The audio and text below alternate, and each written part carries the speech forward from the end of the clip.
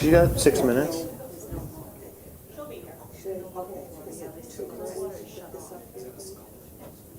No, just put it in front of hers for now. I'm just watch what I say. That's a joke. I won't watch what I say because.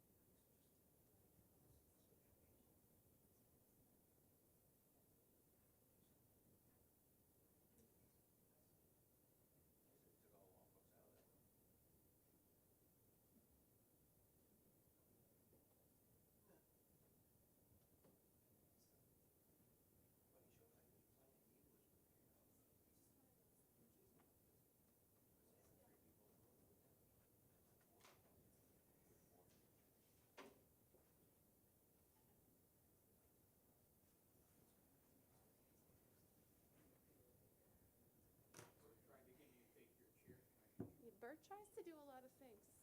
Bert tries to do a lot of things. You didn't show up. We would just adjourn the meeting for like 20 minutes. We'd go down to your house and grab you and bring you. I wish I was going from my house, but I'm not.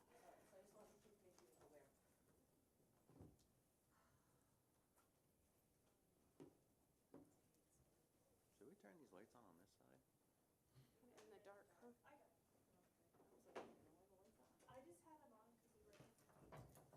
I just thought it was a psychological type of thing, keep us in the dark on this side. Oh, wow. Good morning. That's one way to look into things. Oh, my gosh. I what a could take, difference, huh? probably could take a light out of each other one. More is here. Good. I don't have to take notes.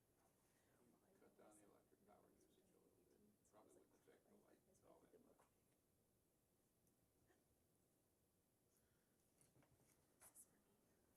Is this for me or is that for Steve? Am I reading this? No.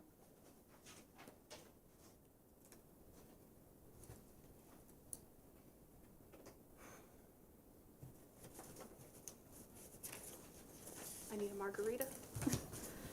Yeah, this is for you. We can Yep. on that side. We can vote on that? I can give you candy corn. I can give you margarita. I'll go for a rusty, Okay. That's Dave's too, so. Maura, do I need to start the recorder when it's time? It's all set. Okay, oh, sorry, I definitely just said I need a margarita very loudly. Into that. I respectfully ask you strike that from the minutes. I didn't hear it anyway. All right. I'm sure the recording. Oh, great, excellent. Well, you know, there are worse things. I make a motion to be let down. Fair enough, fair enough. Okay. No second. No second, no second. All right, good evening, everybody. I will bring this meeting to order. It is October 12th, the Newport School Board meeting. I will call to order Daryl, Daryl Jones. Tim, Bert, Bert's Balkan Senior. and Jenna Darling here. All right, let's please rise for the pledge.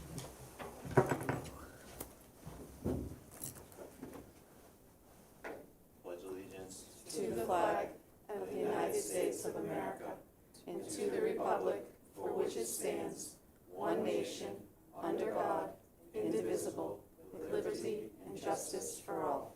Thank you. Please be seated.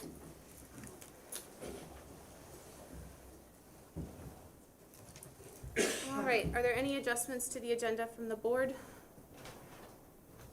Okay, any adjustments from, Yes, I would like to add for F, new form for non-public. And that's just gonna be an informational item. And then G, I'd like to add another informational item, negotiation with teachers. And then for H, external study, enrollment data.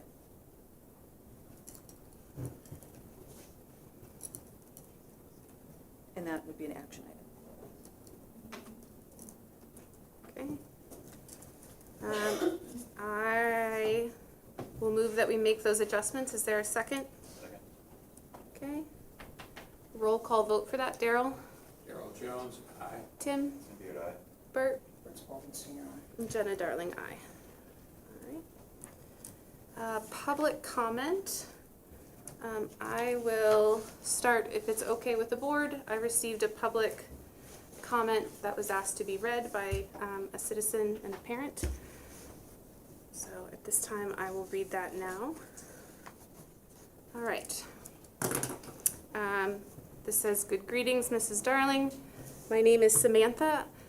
I attended the Newport School District my entire life, from 2000, when I was 5 years old, until graduation, class of 2013. I am a Tiger through and through.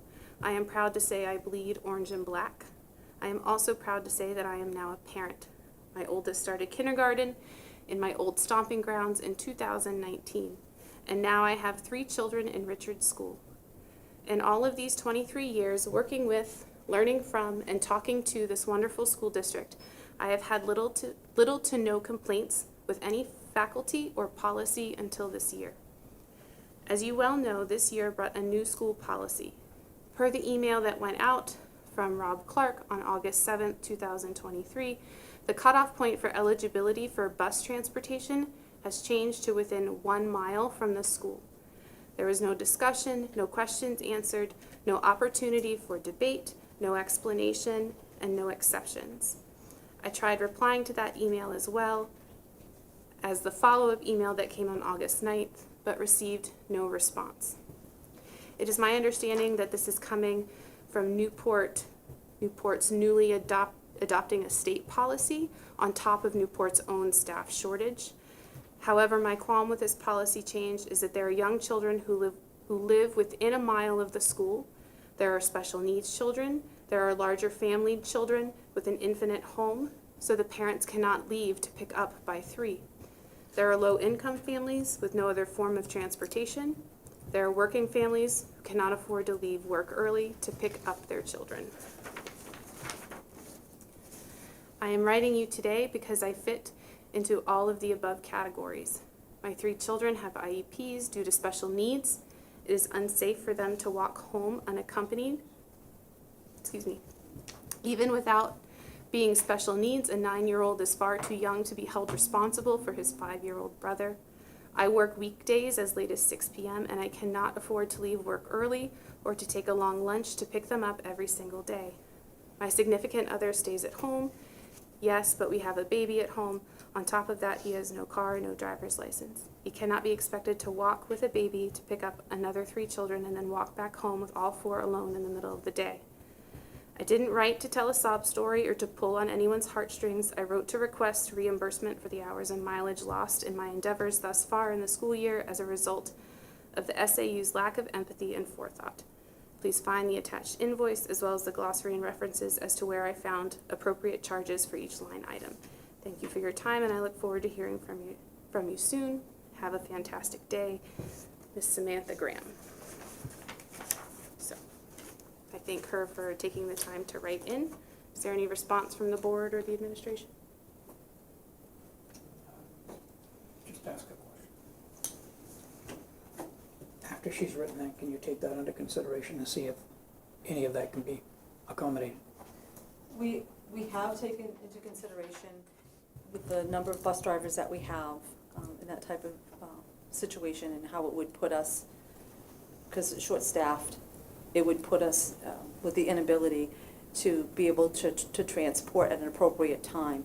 Last year, when we were transporting all students, there were days where they couldn't, I mean, kids were getting picked up, I think it was like 4 o'clock, like 3:30, 3:45, getting picked up to be brought home because there was just too many stops that they had to make and too much of it.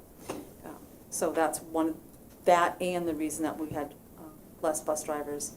That's one of the reasons why we made the change. The state of New Hampshire only requires us to transport children from grades 1 through 8 within, it's 2 miles. So we don't even do the 2 miles, we only do the 1 mile. And they actually don't even require you to transport high school students. But we do that. Obviously, we need to make sure we continue to transport our high school students. And so that is why we figured we'd do almost like a halfway point. So it's not the 2 miles that we're having kids to walk with. We also take into account the roads, right? So if somebody lives on a unsafe way to walk, then we take that into consideration as well. So there may be some students that may get picked up within that mile range, and it may be because if we look at, if they were to walk to school, there would be no sidewalks, no crosswalks, those types of things. So those are all the things that I know that Caleb took into consideration when he was looking at how far out do we go and what's the safest for our students. Okay. That brings us to Mr. Lunn. I think Daryl has something too. Oh, I'm sorry. Daryl, did you have? I do have. Okay. John can finish. first. Okay, I'm sorry. I didn't know. That's all right. Will I be allowed to speak at the action item on the district special spending in the meeting? Yes. Then I'll say till then. Sure. Daryl, would you like to go first? I received a email today from Sharon Urban, who was formerly connected with the schools, and she writes, I attended the September 28th special meeting to support the appropriation of the additional adequacy funds. While happy to vote yes, I was disappointed that there was no discussion on how the funds would be used. I am very sorry that a conflict prevents my attendance tonight when allocating these funds is on your agenda. I would ask that my strong request that a large portion of the funds be invested in the retention and recruitment of teachers be read into the public record. Nothing is more important to student success than a strong and stable group of professional educators. Signed, sincerely, Sharon Urban, 101 Laurel Street. She asked that I read that into the record tonight. Thank you. Ms. Brigno. So I'm speaking tonight more as a taxpayer than anything else. We have got to do something about the hot water at Richards. When I left today, the hot water in the boys' bathroom was running. I called, was anybody in there? Nobody was. So I went in and pulled up the faucet, and I could not get it to stop. So I immediately went to the office, and they called the custodians. But my first graders come back from the bathroom and say, we can't wash our hands. The water was too hot. And as a taxpayer, knowing that that hot water is running and people are being hit with heavy water bills. It's just, I have filled in a maintenance ticket. I have sent emails. This problem has been going on for years. And the amount of water that we are wasting and the amount of taxpayer money we are wasting on that water, something needs to be done about it. Thank you. Yes. Lisa, you're on first floor, The main floor, yep. so, So the same floor as the office. but not the same one as cafeteria? No. Okay. So, tomorrow at 3 after school, I'm supposed to put in 4 mixing valves, 2 in the girls and 2 in the boys' room. I guess I'll have to ask Rodney where exactly, because I was under the impression they were the closest to the cafeteria.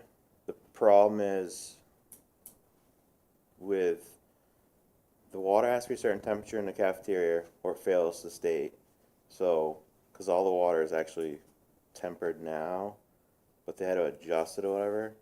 But I'll have to ask him then, because I was under the impression that was doing the one closest to the cafeteria, which isn't going to fix what you're talking about. And so if that's the case, there's no reason it can't be fixed. I was just made aware of the 4, and my plan was to do it like 2 weeks ago, but I had to order some stupid thing that I thought I could get easily. But yeah, I can talk to Rodney tomorrow and ask him about the situation, or maybe I'll just stop up, because I know of the 2 sinks in the girls' room and 2 in the boys' room, but I was just under the impression they were on that other floor. Maybe they are for what you're talking about, but so yeah, it's gonna get fixed, and I can't speak for you, but I'm pretty sure if it's happening in the bathroom that she's using, that we're gonna fix it too. So yeah. Did you have something, Bert? Well, I was kind of thinking the superintendent was in hot water. It depends which room you're in. So that shouldn't be. So something tomorrow ought to happen. Yeah, we planned this a while ago. Tim and I met and we talked about it, and he, It was gonna happen last Friday, but I need a special line that apparently I had to order because it's a hot demand item, which I can't quite figure out because it's a pretty simple thing. But But it would be better to have cold water and no hot water at all if the hot water cannot be controlled. You know, no sense in somebody getting burned. They're not gonna get burned from cold water. and I don't think they do the higher up floors, because it sounds like when a classroom, like if the whole classroom goes in to wash their hands, it's the kids that, you can correct me if I'm wrong, the kids toward the end, because it's going to take forever for the hot water to go from the basement to where, like the 3rd floor, for instance.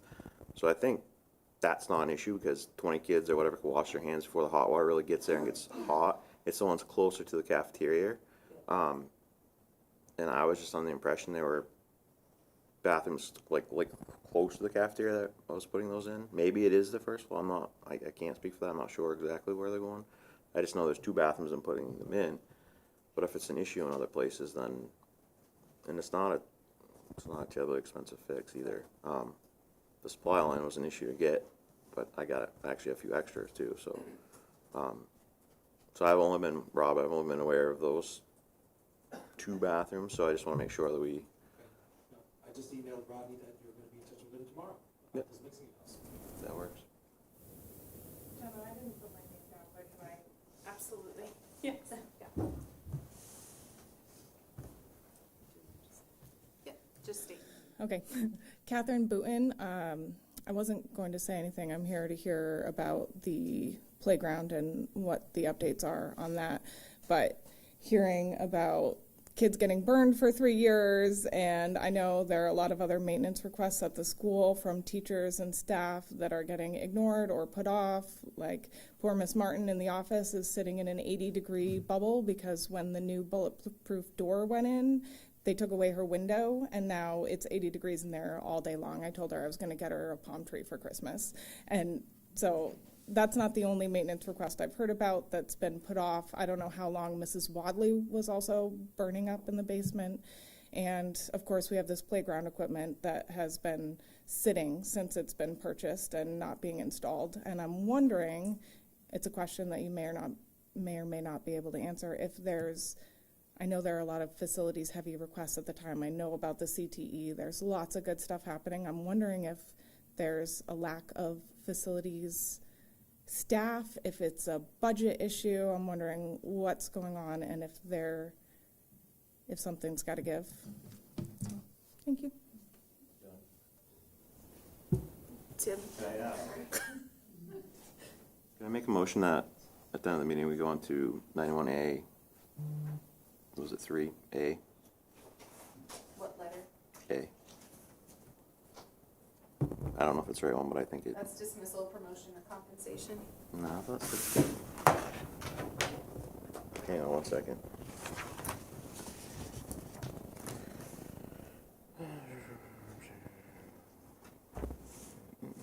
Probably C. Yeah, I probably see. See? Okay, let me have Donna address Yes. her concerns, and then I will come back to that motion. Okay, Donna. Well, what I do know is the last couple of weeks, we've had a lot of really sick custodial staff. So, due to this virus or something that's That's a going on. doozer. So I do know that they have been down some. But that's not an excuse for things that have been going on for 3 years. Some of the stuff that's being mentioned tonight, I'm just hearing about tonight. I knew that we had a discussion about the bathrooms, and we had said, I had said, well, just go do them. Right then and there, I said, just do them, because you were waiting to hear as well, and I said, just do them. So I think that the concerns they're very valid concerns, but I think that if they're not being addressed, I think then somebody needs to send something up to us. So if there was an issue, maybe she could, if Rob's not responding, then she can always reach out to me as well. I was in there yesterday and today, and nobody said anything to me about that. So, I'll find out more information on that stuff too. Yeah, and I'll touch on this when we get to the preschool and the climbing wall, but I think there are also things, I mean, Newport's an incredible community, and I think of things like moving the mulch. I got a couple of kids that could help out with that, and some people that would love to volunteer. Now, I don't know what all the specifications are for the depth of the mulch, but I feel like, you know, we could rally around and do some stuff as well. But back to your motion, you would like to adjust the agenda Yes. to add a non-public? Yes. Bum, bum, bum. Come on, man. Does he wanna go at the end or now? All right. Or at the end. At the end, so the motion is to add a non-public under 91-A:3C, which is matters which, if just discussed in public, would likely affect adversely the reputation of any person other than a member of the public body itself. All right, is there a second for that motion? I'll second. Okay, I need another roll call vote to make that adjustment. Daryl? Darrell Jones, aye. Tim? Tim Beard, aye. Bert? Bert Spalding, senior line. Jenna Darling, aye. Okay, we will add that to the agenda. All right, any other for comment? Yes, ma'am, come on I up. wasn't planning on speaking either No worries, it's okay. until you read that letter. Okay. So that person works for the town of Unity, Selectman's office. She works from 9 a.m. till 2:45 p.m. I can give you her hours. So she can get here to get her kids. She could adjust her hours, you know, to go in a little earlier, get out a little earlier, to get here to get her kids. If there's compensation for her, it's going to make people like me who have been traveling 12 miles to bring my child to high school for lots of years. So I just want you to be aware, and that's just, let's see, she doesn't work Fridays, because nobody at our town office works Friday. It's great. And actually, today, nobody was there because everybody was sick. That's also awesome. But I don't think she's being quite honest with you. I appreciate that, I'm not. Okay. No, you don't To need to. follow that, because maybe I'm she has s- another job, I don't know, No, but she I doesn't, but- appreciate the additional information, Yeah. so, thank you. Okay, is that all for public comment? Okay, that will bring public comment to a close. We have the public minutes of September 11th, the public hearing. Is there a motion to approve those minutes? Okay. Is there a second? Second. Any discussion? Okay. All those in favor? Aye. Aye. Opposed, abstained? Thank you. The minutes of September 14th, is there a motion to approve those? So moved. Is there a second? Second. Any discussion? All those in favor? Aye. Opposed, abstained? And September 28th. Do I have a motion? So moved. Second? Second. Any discussion? All those in favor? Aye. Opposed, abstained? Mic drop, we can leave. All right. Right, Steve's not here. All right. Approval of non-public minutes of September 14th. Is there a motion? So moved. Any discussion? Or no, a second, I'm sorry. Second. Any discussion? Okay, all those in favor? Aye. Aye. Aye. Opposed, abstained? Very good. And the non-public minutes of September 28th. Is there a motion? Is there a second? Yes. Okay, any discussion? Look at us go. All those in favor? Aye. Aye. Opposed, abstained. We do not have a student representative report. Do we know when we get a student rep? It's gotta be soon, right? Well, yes, so what they're looking at, they didn't have anybody that ran for it, and so what they're looking at doing is seeing if they can get a representative maybe from the Tiger program, and maybe a couple other programs to come in and sit. So it wouldn't be the same person necessarily every single month, but we may get a variety of students that come in and get information and gather information and then talk to you about those types of things, so we will have some. All right. It's hard to follow in Stephen's footsteps, so. Okay, that brings us to information and action. We have Unity Anchor School up first. So last month, Kelly Simpson, the Unity School Board member, joined us and gave us a presentation requesting the Newport School Board move forward with Unity Board becoming an anchor school. The board wanted time to discuss this, and then vote and talk about it at this meeting. Yep. All right. Any comments from the board at this time?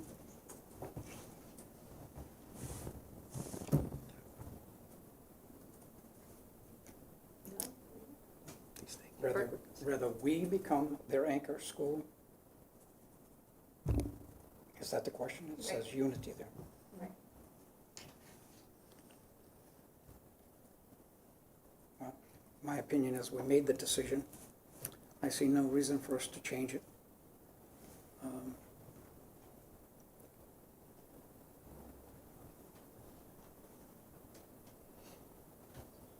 I'll leave it at that.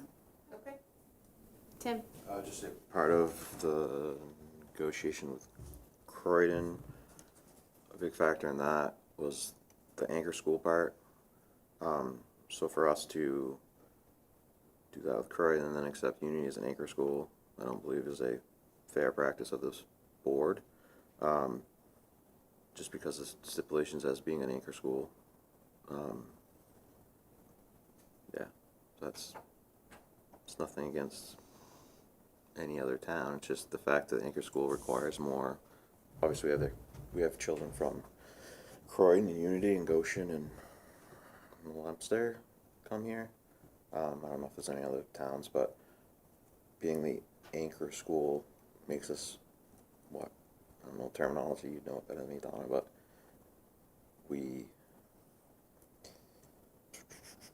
it goes with our policy is we adopted an application process, which we would not be able to do that if we were there in anchor school because you have to take all their kids no matter what. So,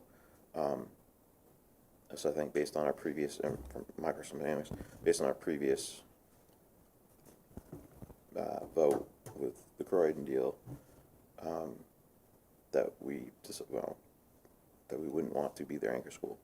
We love to have their children come to Newport still, as the other towns, the same thing. We just aren't looking to be anyone's anchor school. Daryl, did you have anything to say or add? He just covered everything I was thinking about, so. So right now, just so that everybody's clear, it is my understanding that in the past, we were anchor schools as a revenue generating avenue, because we had to accept all students and we got the revenue from all of those students. So now that we've gone in a different direction with our Croydon contract, Goshen is the only one, Goshen's contract is the only one that's now different, right?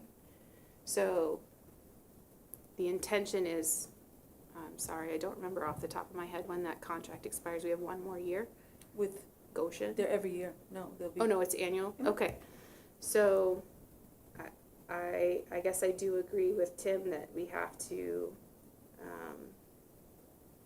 know, we've made a policy and we need to stick to it, so. And it's changed since, so originally we were the anchor school for Croydon, and I don't know the history if we were an anchor school for Goshen and everything in the past, but after Croydon sued the state over school choice, and when that ruling came down, all those schools have school choice, so we don't get their kids automatically anymore. It's not like every kid's coming here. Croydon, Unity, every school that doesn't have enough, you know, whatever, they can send their children wherever. So it doesn't even have that revenue base anymore. So, yeah. So is there a motion on this item one way or the other? So I guess I make a motion to follow our previous vote with Croydon's decision that we do not take Unity on as an anchor school. Discussion. Can we take, take the Croydon out of there? Because I think what really happened was, as we looked at one, we then did an extrapolation to others. And so, Croydon doesn't have any responsibility for what happened. It was a board decision to get away from the anchor school responsibilities that are imposed by law, regardless. Yeah, And so- I'll amend my motion to just, so I'll make a motion that we do not accept Unity as an anchor school. Is that? I'll say. Sorry. But it doesn't preclude us from having a contract with them No. in the future. So I would like to say that, you know, I would love to have a motion that we are not an anchor school for Unity, but, you know, I will say that we look forward to hopefully having a contract with them in the future, just like we do with our other districts. All right. Can I add some clarity to that? Sure. The only difference is, the child can come if the child meets the criteria Right, but that's outlined just like in the Croydon contract, right? in the contract. And so it isn't like it's a moratorium against Unity or No. Croydon. It is moratorium against the anchor school requirements, in my opinion. All right, so are we good with that motion? Do we have a second? All right, all those in favor? Aye. Aye. Opposed? Oh, I'm so sorry. Yes, sir. I just had a question. Sure. Are the terms of being an anchor school negotiable, like you can make them up? Okay. Sorry, all those in favor?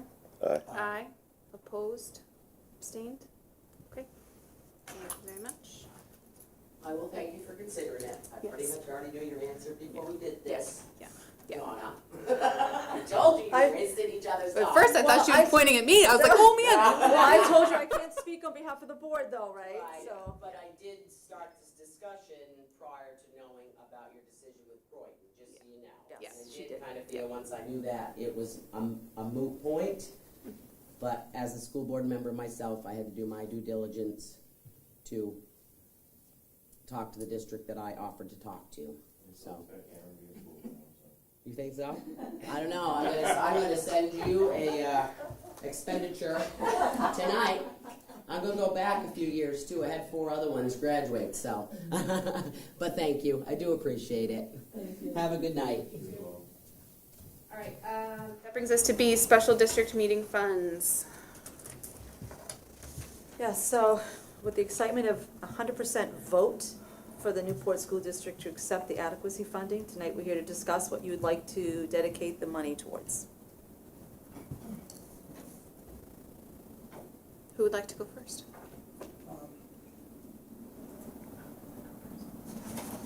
First got him in front of him. We, how to word this? We cannot educate children without teachers. And it's become increasingly hard to hold them. This year was a difference. We did a better job of holding them. So, I would make a motion that we go to number 3 on our report for proposed retention payments for teachers. Can I give them some background first? Okay, I was gonna go a little bit further before the motion was made. Payable to the teachers who have held on for this year until the end, and in hopes that they would return to the district the following year. So I will, before we get to the second, I just want to state what that dollar amount is. The town, thank you very much, the voters approved that the district would receive an additional $290,380. What Mr. Spalding, his motion, is that we use $175,574 for teacher retention, which would mean that, and we've, our business administrator has done a very nice job, it would mean that all teachers would receive a one-time bonus of this number, right? Yeah. Okay, $1,530. And by the time you take out FICA and other deductions, it would come out to a one-time bonus of $1,000. Can you repeat that, please, Jenna? Sure. So of the $290,380, $175,574 would be used towards teacher retention, which would be per teacher $1,530 before taxes and deductions.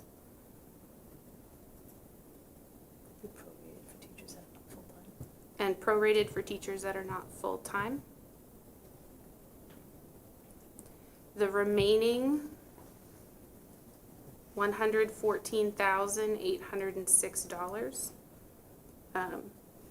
is still up for discussion by the board, but the thought being that it would go towards bus barn improvements. Now, it's hard to say that we're gonna spend $114,000 on a bus barn, so, but we don't have exact amounts for that.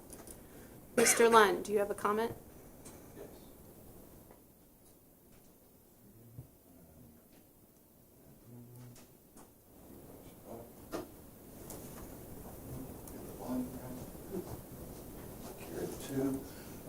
You said number 3 on your list. Could we hear the others on your list before you move anything?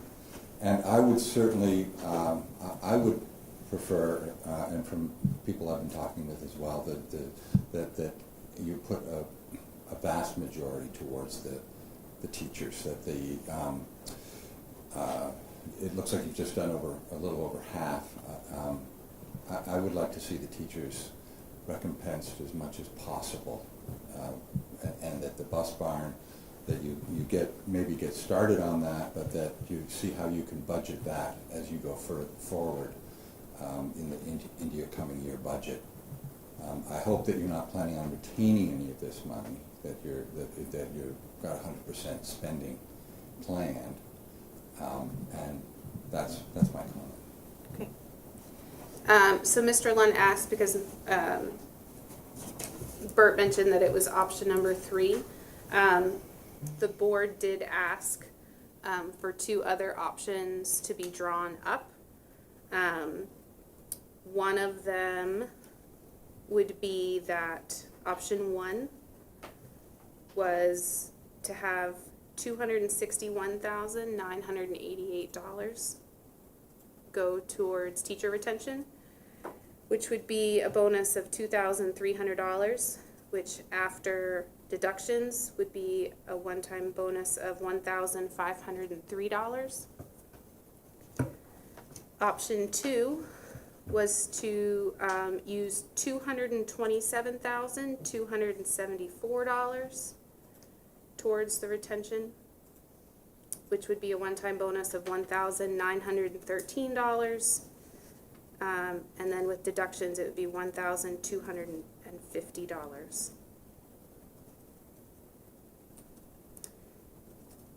So I will speak to, if we went with option 1, it left the district $28,392. And if we went with option 2, the remaining amount was $63,106. A lot of our concern, again, is we are about to go into a budget season where we do have improvements that have to be made to the bus barn, and what we were trying to avoid was going to the taxpayer and asking for more money for those projects. So I don't know if any of the other board members want to speak to options 1 and 2 or 3. Bert? Part of the reason is to fix up the bus barn so that we can attract bus drivers. Because we can have a lot of great teachers, but we can't teach the children unless we can get them to school.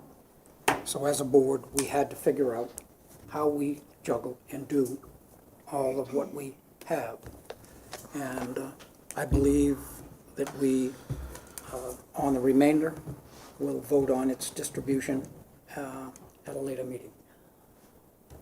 But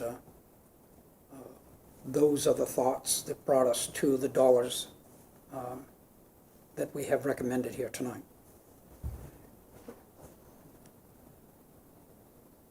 Daryl, did you have anything to add? It's absolutely essential that we get the work done on the bus barn. As it stands right now, it's unsafe to do any mechanical repairs to any of the buses. And it's also necessary to get a floor in there so that we can organize it better relative to parking of the buses. And there's some dangerous things going on in there when it comes to backing a bus out. You're in danger of hitting part of the building that's very hard to see. So once we get the floor done, our mechanic can work on the bus better, and we can make a better parking arrangement in there.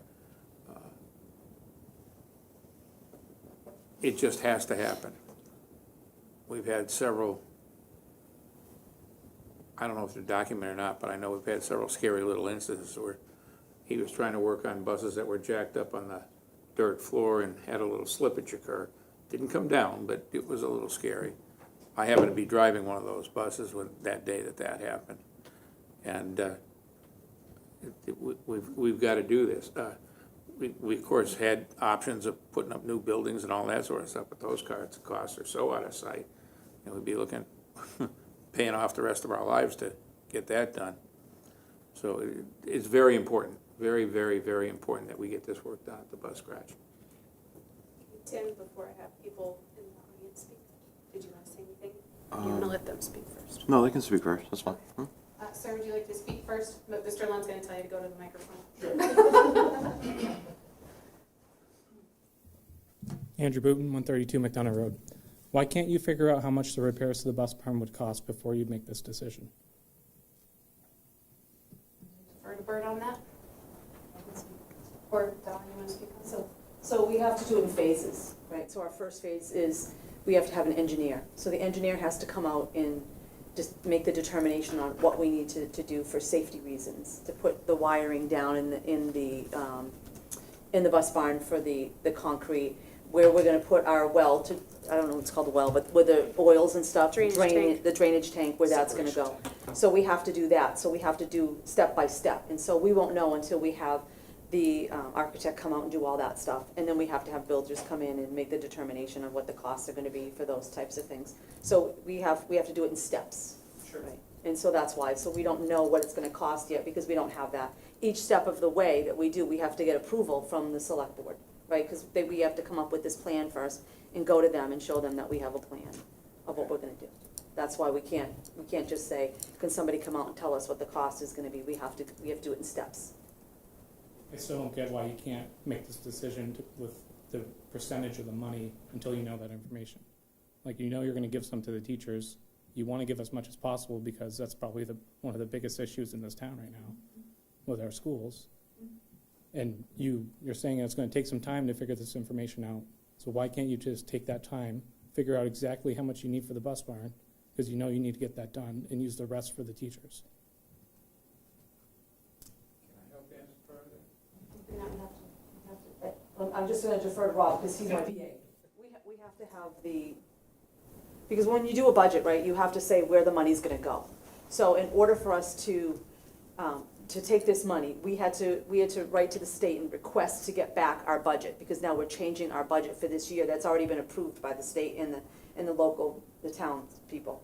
So then it comes back to us, and we have within so many days from this meeting to submit it back to them, which is what, like 7 days, 10 days, to tell them what we're gonna be It spending. was 21 from the special meeting.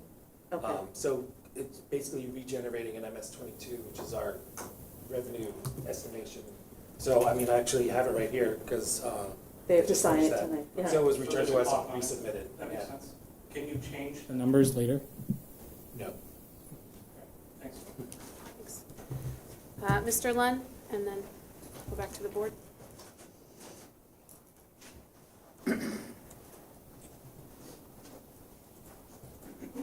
Then, if you can't make that determination at this point, why not spend the money on the teachers and ask the town for the remainder in your coming budget? Put that request in for some of that money in the upcoming budget, so that the town can approve that directly once you know what that amount will be. And then let's get the teachers somewhere in a comfortable position, at least at this point, so we can enjoy the fact that they're there. Tim. Can I ask Rob a question? Sure. So we move money all the time, so why can't we move it again? We move money within our own budget at times, That's the but reporting to the state, the Department of Revenue Administration, they kind of want it itemized out, and then it's final. Okay, so money that's generated by taxpayers in town, we have that luxury to move it around from whatever, Richards or maintenance or whatever, Internally, yes. but we don't have that on the state's funded adequacy. Exactly. Okay, thank you. Yes. First of all, I want to thank the board and Donna for considering using this money for the teachers. We've gotten this money before, and that's never, ever been even thought of. So I truly, truly appreciate that. When Donna and I talked this summer, that was very exciting to hear that we're looking at ways to retain teachers. This year, because of the contract we negotiated, the teachers saw a 2%, I believe, I don't know, a raise. No, 1.5% raise. We also are paying 1% more towards our health insurance.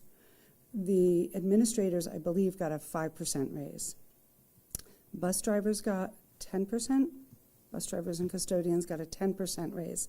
So I think we need to think about how we're going to reward the teachers who are in the classrooms every day, teaching every day, helping the students be the best people they can possibly be. My other question is, what is the district saving now that we are not paying the town rent on the bus barn? What is that amount? That's not over yet, because the town still wants to play hardball with us, so. But right now, we're not. It's $5,800. That agreement passed. So what were we paying for rent? 58 a year. I'm sorry? $5,800 a year. Thank you. one of the things, I told Carrie I'd give her a heads up, and I didn't, and I apologize. Carrie gave a presentation yesterday at the staff meeting, which was very informative, about some of the new laws that are changing and the way that we can, and when we can restrain students and when we can seclude them. And poor Carrie, I was horrified and jumped all over her. But what we heard, and I want to make sure that I'm representing this correctly, is we cannot restrain a child unless they are in imminent danger to themselves or others. And by imminent danger, that means that either the student or the person would require medical care. So that's what you're asking your teachers to deal with on a daily basis. So the fact that you're considering giving us a bonus is appreciated and frankly needed. Thank you. Done. Lisa, if I can just let you know, I did not get a 5% raise. So I don't want people to think that I got 5% as well, because I did not. I'm with you with teachers, so you know that. Bert. Part of our thinking was the support staff was not included in this, but the support class group got a significant increase. And so as we looked at it, we zeroed in on the Newport Teachers Association, where the greatest disparity existed. Your negotiated contract was 3-2-1, and that was negotiated in good faith, thinking that Biden might do well. And that not happening, Lisa, we made this accommodation trying to get two birds with one stone. The bus garage may seem like a simple thing to do. We were required to get an engineer. That was about $10,000. The floor will probably go $50,000. We now have to put a separation tank in there for all of the drainage, drippage that comes off of the buses when they come in. We're looking to put up a place, a lounge for the bus drivers so they can do their paperwork and or wait for their trips.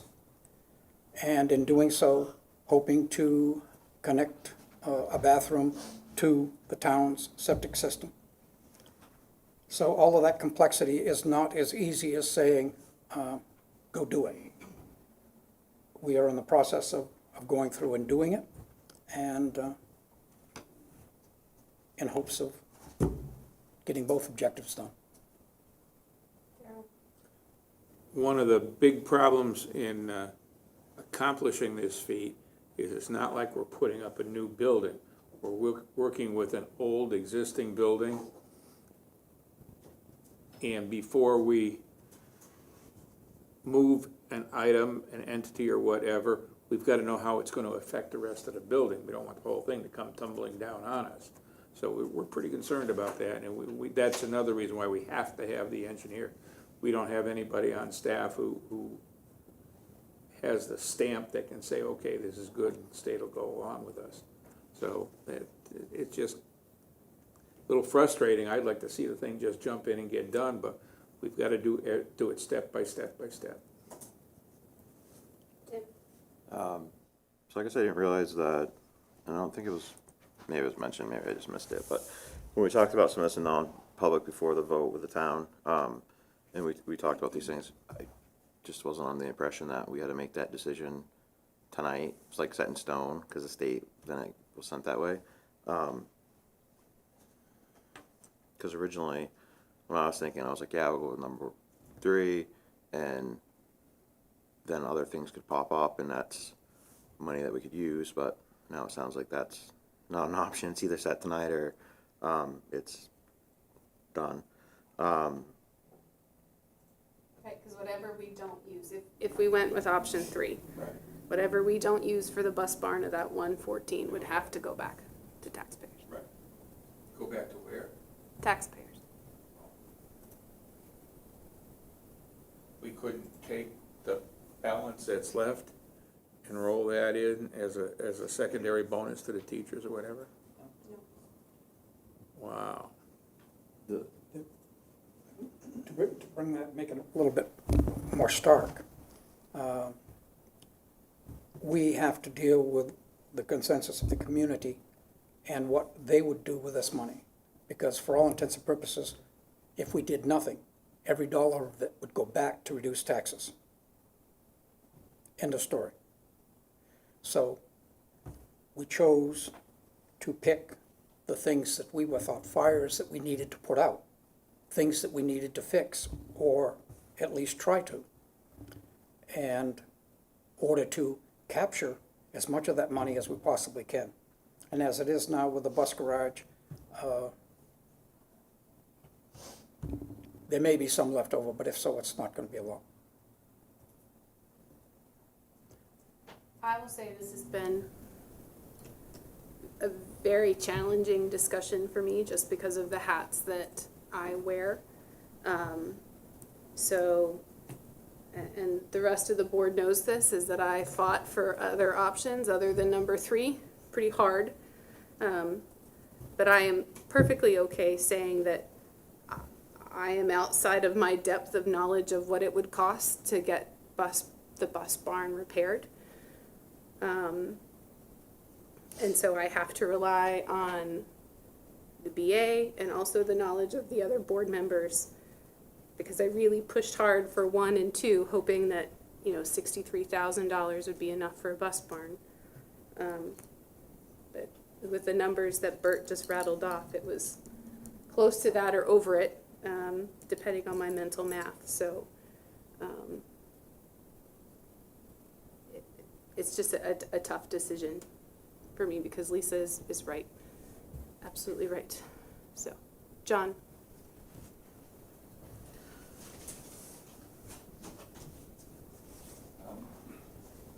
We all met at a special meeting to discuss, basically to vote on this, but we didn't have a discussion then. Has the board met at some point to make a decision and come up with these 3 plans? Have you been making a decision that we haven't been privy to come up with these 3 ideas and decide which ones that you prefer and don't prefer? The actual expenditure of the money was decided in a non-public session because it included the raises of people within the district. Okay, thank you. John, that was after, that was before the vote. Before the special meeting? Yes. Okay, thank you. Right, because we needed to have answers, so if we were asked at the meeting, like, what do you use the money for? And if we sat there and like, we don't know, good chance Right, people are you like, know, well, and apparently I don't need it, so. Because Yeah. the legislative body or the voting body could only accept the 290,000 in a way. They didn't get to choose how exactly it was spent. That was up to the board, and we felt like if we just went into that meeting and said, we'd like to get this money and hope that you trust us to spend it wisely, we wanted to have an idea of how that money would be spent. But in terms of making a decision on exact numbers, no. So. All right, Bert had a motion for option number 3, which was to spend $175,574 of the additional adequate aid funding to be used for a one-time bonus for teacher retention. Is there a second? Can we talk about the motion first? Can we make the criteria paid at the end of the school year? Go ahead. Your motion. Paid at the end of the school year. Okay, so you're agreeable to that, your motion? Second? Well, it was your Okay. motion. Okay, all right, so, okay, It's your motion, so I just want to make sure that it's the way Right. that you want it to be. for both parts. And this is just for the teacher part of this, correct? This is And we're just still the gonna teacher discuss. part. Okay. Okay, is there a second for that? Excuse me, you were saying that it'd be payable at the end of this school year? Yes. Okay, I'll second. Any further discussion? Now, I'd explain that.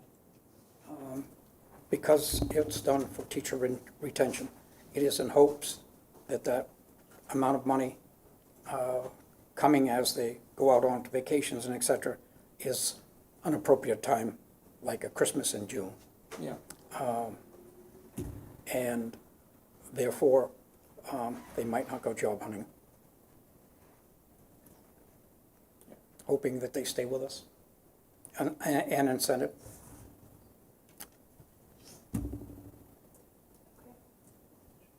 All those in favor? Aye. Aye. Aye. Opposed? Abstained? Okay, that amount of money will go toward the teachers as a bonus. I thank you very, very much. That leaves a remaining $114,806. Is there a motion on that amount of money? I'll move that we hold that in abeyance as we develop the costs for the renovations of the barn, and when we're done with that, any money that's left over can then be considered for additional teacher bonus. Can't. All right, well, then it goes in the tax roll. Tim, did you want to say something? Question.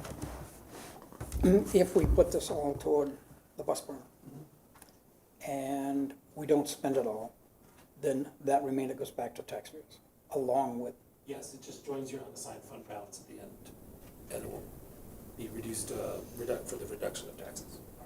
so we stay on track for what the plans are, and in the end, it'll all wash out. No matter what it does, none of the money goes back to the state, it goes back to the taxpayers of the community. Tim? I have a question. Okay, assuming that we have money left over after we're done with the bus garage and all that sort of stuff, and we have something left over, does that, when it gets applied to taxes, go to the school fund, or does it go to the town? No, it just comes off your tax rate. They collect less taxes, so it goes back to the taxpayers. Oh, okay. Example being, we just gave, for this year, we're giving back $253,000. Yeah. That amount of money goes to tax reduction. Okay. Tim? The only other thing I wanted to discuss and mention, I never mentioned in the meeting, but I've talked to Donna, I think Steve was there, I don't know. But we have one or two employees that are maintenance that do far more than maintenance that I believe we should be giving stipends to for doing construction, not like, they're saving the district, I don't know, tens of thousands, hundreds of $1,000s a year, and it's been discussed on and off before, here and there. I think even when Steve said even when Menahan was here, but this has never happened. And I'm like, felt like this was a good opportunity because we had this money that came in. So I just wanted to bring that up. I think there's only like 2 employees that this would refer to, but. We only have one employee that would, oh, sorry. We only have one employee that would have come out of his role to do building. So we have maintenance and we have custodial staff. The maintenance, their responsibilities are building and construction, and a custodial staffer is the cleaning and supports of the building. So we have one that has come out of their custodian role, I believe. Right. One that has come out of that role and done building for us.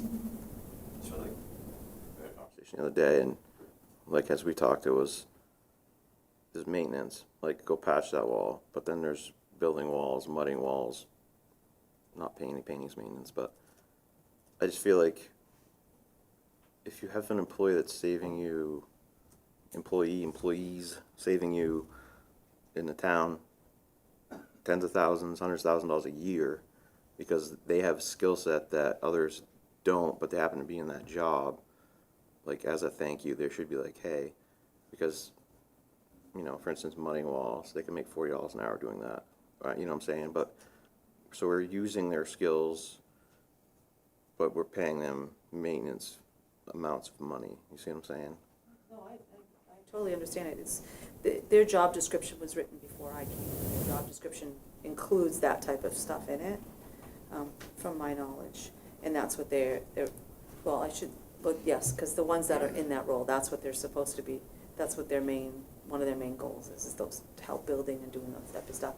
I mean, I know that recently they've received raises for that, because of that purpose. I think Ed had done that last year, the year before. But I'm not sure, I can't answer to all of that because I don't have all of that information right in front of me, so. I mean, I can look into it and I can report back at our next meeting with the board if you'd like me to. I don't have a problem doing that. Yes, sir. It'll be a pain in that, sorry. Don't be. It's not a pain. We like this, we normally have no one, so we're really happy. So, back to the ticking clock. So, the money that you're gonna use for the bus barn, do you have to figure out line item by line item how much you're gonna use for this or that before that 21 days? No, it just goes into general facilities line item as far as the Department of Revenue is concerned, the way I reported there. But then in our budget, so now it's going to be in our budget, and then we can allocate it to different line items for supplies and, construction costs and things like that. That was gonna be my follow-up question is, who gets to decide how general these buckets get to be? Because, it sounds like you can have a general bus barn, this money's for the bus barn. I don't think the state really cares about a bus barn. They just want to know generally where you're going. Couldn't you word it that you're going to use it for retention period purposes for all staff in the district? Whether that's improving somebody's workplace, the bus barn, or giving them more money, like teachers? Well, it's the teacher retention part will go to general education line item for funding salaries. So those are preset, you can't. Right. No, but I like your ideas. I know. Tim? Rob, what was I'm putting you on the spot, what was the amount of money we had set aside for the bus barn that was in our budget? And I don't know off the top of my head because this whole bus barn started before I got here. But I know that we had kind of allotted we had sort of set aside the first idea was going to be to put up a mobile office. Right. So we had kind of budgeted for that and budgeted for the floor $30,000 or so.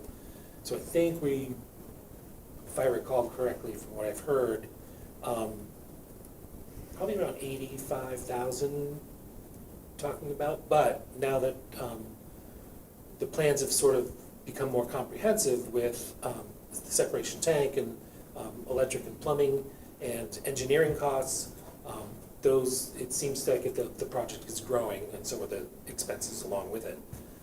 So I'm not quite sure. And then, again, it goes back to the question of, we need an engineer to kind of lay it all out, and we'll get a better sense of what the expenses will be going forward.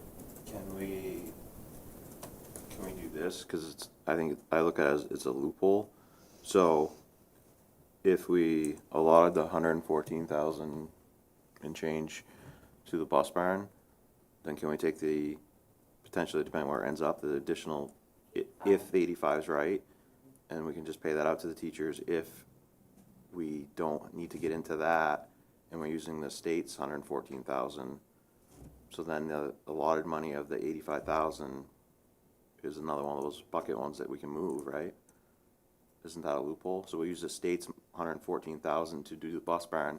We'll use the town of Newport's voted 85,000 that we allotted for the bus barn, potentially go back to teachers if the project. Well, there's certainly room for negotiation because it's really all in your general fund. So I think there's an opportunity for discussion and, budget changes after the fact. You can, as a board, you can vote to amend your budget in certain ways. So I think could be a possibility. I'd have to check on a little bit more of the logistics for that. Because the money that we're using is actually from last year's budget, not this year's budget. So How is that? So what did he say I think it's a retention from last year. Bert? The idea is to get as much done as with what we have. And so, that being said, for the public to understand in detail, because it appears that there's there's a consensus out there that the money for the bus barn is too much. So let's discuss the parts that are going here. The first is the engineer. Now, he goes in and figures out how the electrical's gonna be redone, because the requirement of us is to withdraw from the highway garage electric supply now. So that's an extremely variable. Then, we've gotta go in, dig test pits to find out that if we can adequately fill over the top of the fill that's underneath, there is a chance that, being a bus garage and not being heated, that they really didn't care what fill was used there. And so, as the test pits are dug, we will just be able to figure out what we need to do to put fill in there before we can even put concrete on top. Now, we gotta cut a hole through the wall. There's the town garage wall to get through from the accommodations outside. We have to put the separation tank in and drainage. The floors have to be set in such a way that everything that falls anywhere in a 40 by 80 building comes to and goes into the separation tank. There was something, the garage doors settings. Will they be okay? Then, as we go outside, we put a foundation in for a building. Now we say, all right, we have people now that are walking out of this building, through 2 bays of a bus garage, through 2 bays of the highway garage, going to a toilet, that we have an email that says it doesn't run very well, it doesn't work very well, and they can't seem to find a plumber to fix it. So now we're contemplating putting a bathroom in this building, and then going outside with the plumbing, hooking it into the town's, the highway garage septic tank. The same amount of effluent comes from here as it does here, without the people having to trespass through the town property, and I didn't make a mistake when I said that. We've got to put this building up, finish the building off, make an office in it, and what I'm gonna call a lounge area. We are not gonna put in a hot tub or any amenities like that. We're just gonna try and do it to a point where we can attract and keep bus drivers and teachers both at the same time. It's much more complex than just moving in and calling it a day. What do we do when they put the floors in? Nothing can park inside. So we've got to get the floors done before snow hits. Once the floors are done, the shed that's inside now for the bus drivers is going to be evicted. Most of the materials used for it came from the dump in Leinster. And so that goes out. So we got to accommodate the bus drivers in that time period between got to get out so they can do the floor and can go back into a building. It was salvaged material. Excuse me. I was in on part of that. It was salvaged material. I would be interested, though, I'm very interested in Tim's idea, if we can look to spend the $114,806 remaining on, I will admit, a very extensive list of things that need to be done and are required for the bus barn. But I would like to know the exact amount of what Ed had set aside for this when all of this began. And whether or not we as a board can vote, as we've done many times before, to reallocate the funds. And at that time, I would make a motion that it continue to go towards an additional bonus towards staff retention. Would you mind me texting Ed to see if he has that total? Because he may have it off the top of his head. Sure, I mean, you can text I just him. don't want to take my phone out, so I'm using my phone. I think we can just, sure, you can text Ed, but we still won't know. I still think the motion for that $114,000 for the bus barn. Hang on, sorry. This is Irwin. We have a cell phone policy, we need one for the school board. Okay. Okay. So I would be very interested to see if that money could go towards an additional bonus. Can I Very suggest- interested. Can I suggest- Very interested. Can I suggest that we have quite a bit of school year left to go yet? Meaning? So, if the money that we take now out of this year's budget and use that on the bus barn, then what is in a remainder beyond that, we can't use for the end of the year.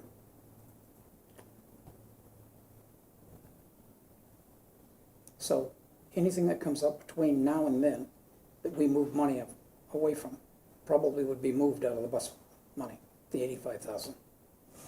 And I think that's a correct number because we did that this morning. One was 25, but I forgot. I think the other one was 40, but I may be wrong. But anyways, it's between 60 and 80. Tim? If you look at, we gave back $200,000 from 22's budget. I'm pretty sure the year before that was almost $500,000.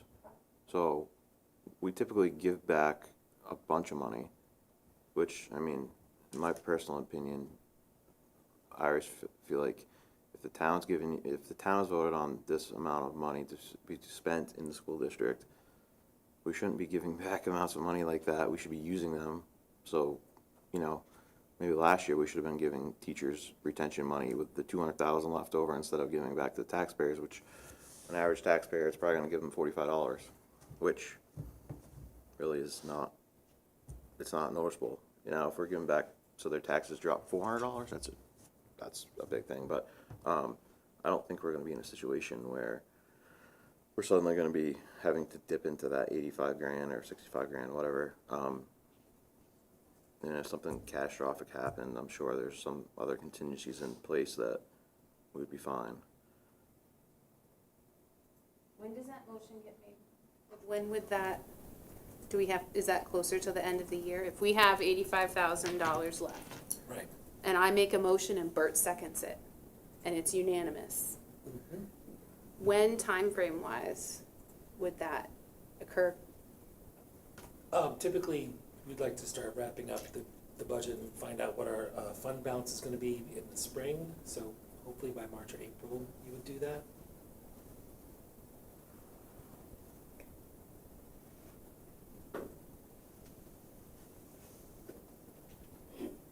My issue is this board is gonna look very different in March and April. Right? Potentially. Just saying. Yeah, I would vote board member to put $200,000 in the bus barn. I don't think it needs $200,000. I also feel like, because I just came from, I was on standing for Steve on a building committee. I'm like, some of the prices on stuff, I'm like, they see school and then they just charge more because, Yes. yeah, like seriously, because I'm like, really? And I worry that some of that's happening here too. It's like, oh, it's school, so apparently there's an open-ended checkbook, but could you spend 200 grand in there? Sure, you could spend 200 million if you wanted, but you know, we need a floor and we need a place for our staff to have a break room / do their logs, whatever. I mean, currently, and not just this administration, like, and this is, you guys inherited this, but we have never legally provided a place for the employees to be, because you have to provide them with a warm area, you have to provide them with, like, so this is just another example of we've kicked the can down the road for X amount of years, like, so now it comes as a big surprise, but I still can't see spending that, you know, kind of money in that building. Yeah.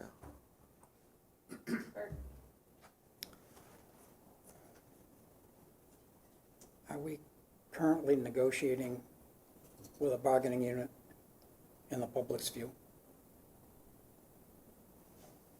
So are we currently marketing, we have. Right now, Not at this very moment, but we will be shortly. We have the support staff that we're bargaining with this year. And as a board, we have asked the teachers to open up their contract, but that will be for next year's money, not this year's.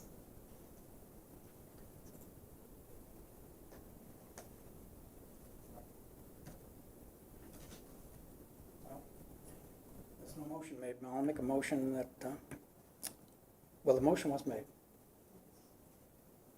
For option 3. Yeah. Yeah, we already did that though.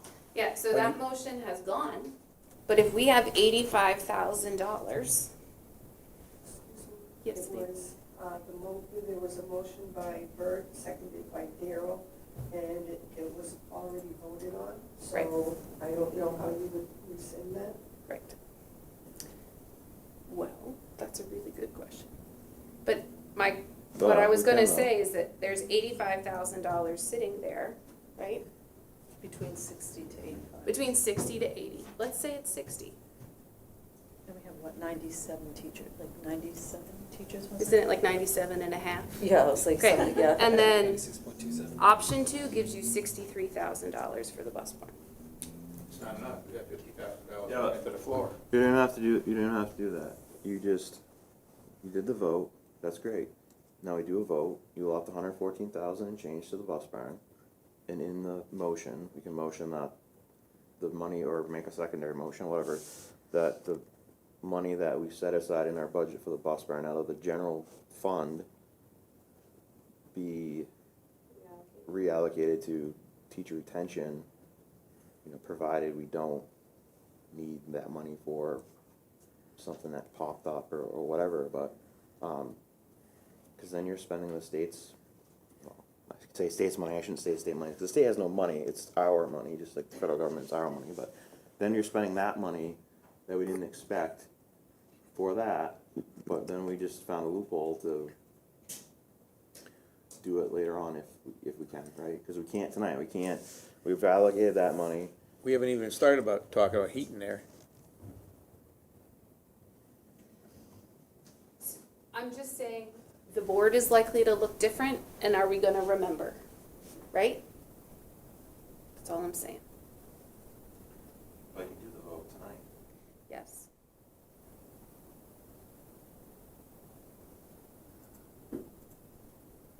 Yes, sir. You have great ideas. Go for it. We're gonna invite you to all of our Yeah, meetings. please. Would you like to be a student rep? Would you like to be a board member? Board member? I know that some of you are really knowledgeable about construction, and you've been in that bus barn, you know what's going on. Nobody is suggesting that you don't do what you need to do. This is a fallback plan if necessary. If something doesn't get spent, there's a plan for it, and it benefits the teachers. So it doesn't harm the bus barn in any way. So nobody's trying to take that money away from the bus barn. They're saying if it doesn't get used for it, because you've admitted that there's no quotes yet, the engineer hasn't gone in there, hasn't laid out how much this is going to cost for that. You may want to do more than you have money for anyway, but you can only do so much, and there might be a little remainder that can get kicked back to the teachers. So if you can get the safety net in there now, then you should. Thank you. Okay. Do you want- oh, Bert. The only exception I would take to that is that it would go to teachers. We could have many other things that could happen between now and then that would garner money. So our fiduciary responsibilities is to get us to the end of the school year and pay our bills. And there are times that what you think, where you think you are not. If you were considering option 1 before as an option, then I don't see why you wouldn't consider this a fallback plan. If you were considering giving it all to them anyway. I think we should do it as two separate motions though. So that way Oh, I it's, would.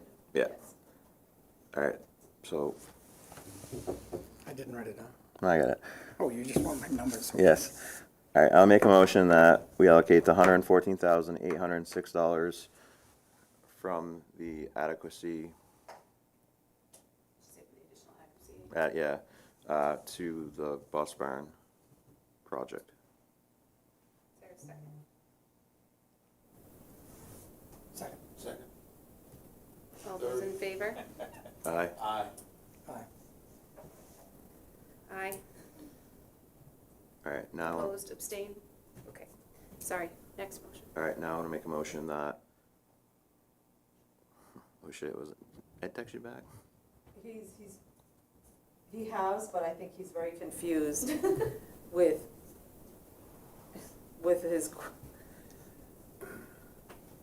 he's saying he doesn't have all the information at home right now with him, and so. So then I would keep our motion vague enough to encompass that. So I make a motion that the budget that we had set aside for the bus barn, that come from the general fund, be, for the current year, be reallocated to teacher retention, provided we don't hit a snag with the bus barn and have to get into that.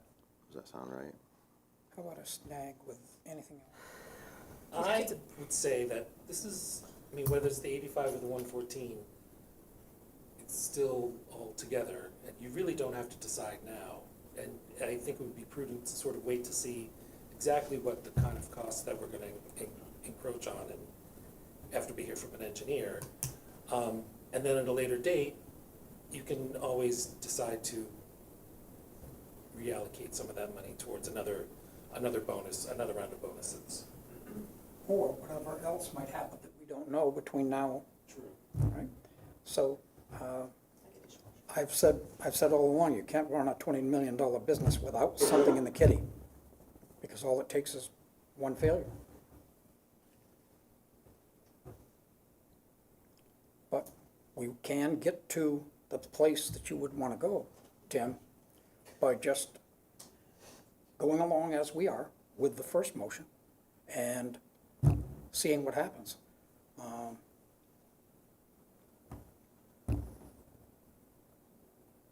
Yes, sir.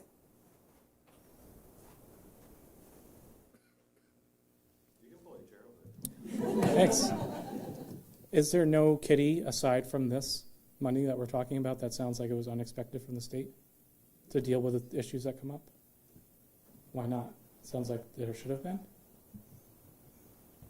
Is there normally? It's a very complicated question, but, So there's not, we don't normally have, we have to have, when we do our budget, we have to say, teacher's salary is this much money, and we have to line item all of it. And we have to be able to say what we're spending our money on. And that's how it gets voted on for the town. So we do a very in-depth on where the money is being allocated. So this would not be different than normal? Allocating the money now. Right, right. Okay. Then this is what I'll say. I appreciate Rob's advice. I think the board needs to stay on top of that line item, especially as we enter into the budget season and into next year, because I would really, really, really like to see, if possible, if we don't hit a snag, if a dishwasher doesn't break, if we don't need more mixing valves, whatever. but we also, for instance, there's not much things I can say that I'm supposed to say publicly and not publicly, so I'll just say it, and then you can slap me on the head after. I would never say whatever you want. So, I told you So- I'm not much of a politician, I'm just like, say it. we paid for the partner room, which had a $130,000 budget, with last year's budget, not this year's budget, even though it was voted on in this year's budget. So that's $130,000 in maintenance that carried over as a cushion. So to say we don't have contingency plans or things built in is not true. And historically, last year as in 2022, like this, when you just finished your budget, we gave back 200,000, 253 or whatever. The year before that, we gave back almost $500,000. Historically, we give back every year at least that kind of money. So something would have to go really, really wrong to run over that amount of money. And I would assume if something went really, really that wrong, that the state or something would kick in here. And I mean, it's not like heating oil is going to go up $250,000 or, you know what I'm saying? I mean, Donna. So one of the things that you guys, when we took the money over, right? You gotta keep in mind, remember, we had to build a room for our computer science. So we used some of that money for that.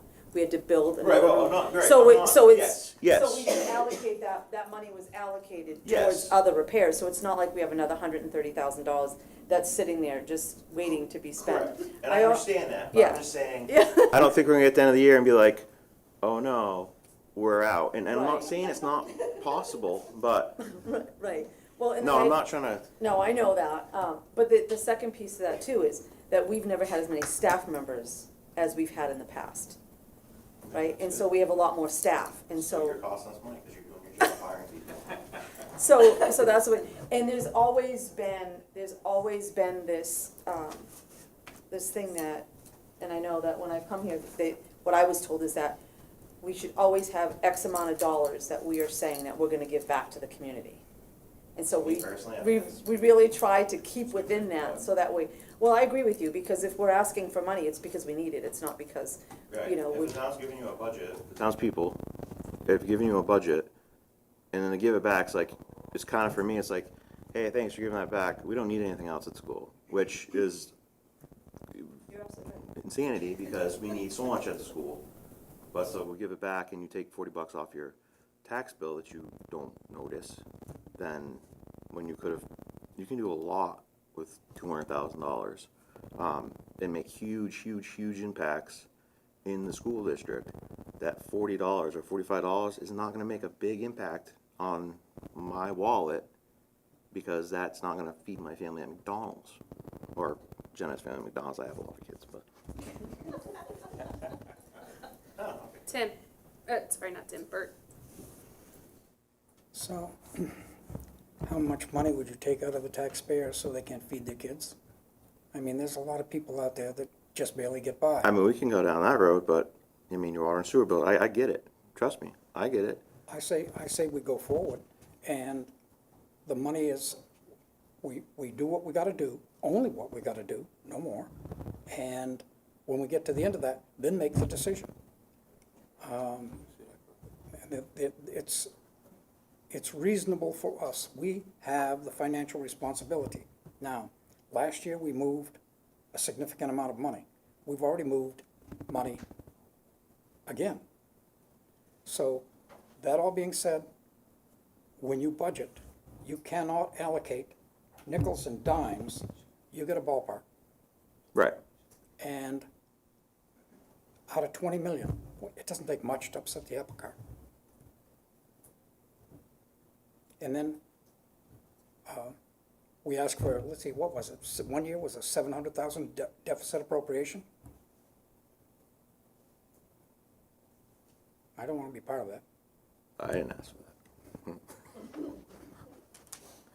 Donna, what I think would work well is if we allocate the money just like we just did tonight. And before this board changes over, we really get another look at the availability and what we have, and what we say that, okay, we have this much money that we know if something happens, we can use we can use, 20% of it. And then we're gonna take 80% and put it towards the teachers, or however we wanna work it. But I would really like to do that before this board changes over, because I really feel that this board is really for the staff and the teachers, and so I'd really like to do something like that. Lisa, oh, hang on. Let me get Lisa, sorry, and then I'll come back to you.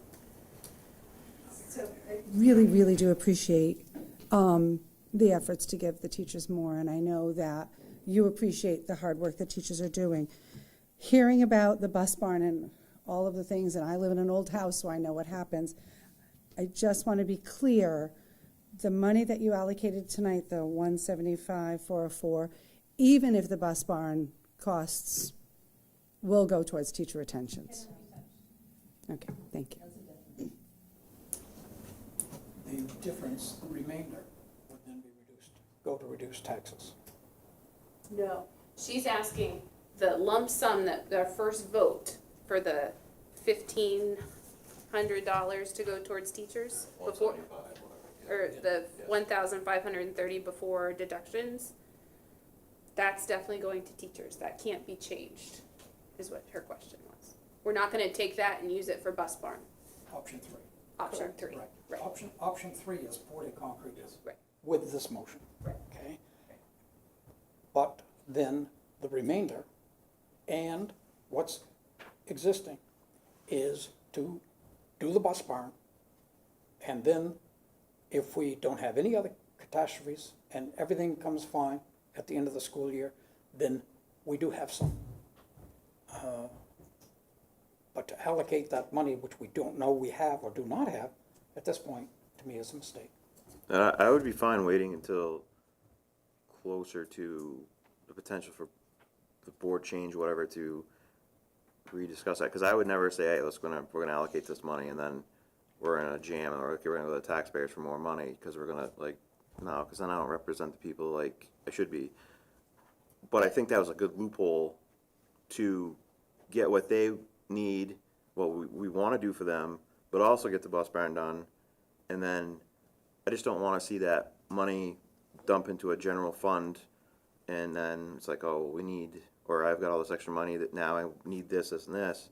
I wanna make sure that if it's 85, 65, whatever it is, that it's not touched unless it's an emergency, and that we rediscuss this for allocating that to teacher retention as a second. And I think when we create our budget, Isn't that something we would do anyways? As long as it doesn't get eaten up in a general budget from left, yeah. Without putting us into a motion, wouldn't we do exactly what you just said? I think so. Yeah, I would think. but we Absent do something. that in a budget. We say for the last teen years, you know, we're gonna try to reduce, have $500,000 to reduce taxes, to have 253 to reduce taxes. There's nothing preventing this board from saying, we would like to try to create a budget that has $85,000 to go towards a teacher one-time bonus at the end of the year. There's nothing precluding us from that. I would agree, but there is something preventing you from doing that. Because if you don't, if your tax increase comes in at $1.85 and the taxpayers look at their budget and they can't pay it, then we've got a problem. Yes. The next budget you ask for, right? You had a case in point where I myself took $600,000 out one year, and then another year we took $1.2 million. I was there for that, yeah. Okay, so credibility and being thrift with the taxpayers' money is what would get us through. In that particular school board meeting, if you remember right, we were fighting the deficit appropriation. We were we were derailed as a school district. And so that, to me, is more important, or as important, to retain what we do, confine what we do to the dollars that have been appropriated to us by the taxpayer in a frugal way. Done. Maybe what we can do is we can entertain sign-on bonuses for teachers. So anyone that signs their contract. You mean, For the- so for example, So, if. so that's something else if- that you guys. Sorry, Lisa, I'm gonna pick on you. If Lisa signs her contract for next year, No, when then Lisa signs her contract for next year. that would be her sign-on bonus, right? Yes. That would be, okay, not, So that is something else we can look at doing as well, if that's. You can make it really entertaining. And how many teachers? 97 and a half. We have 85,000. You all get $1,000. So the first 85 that sign up, they get you $1,000 bonus.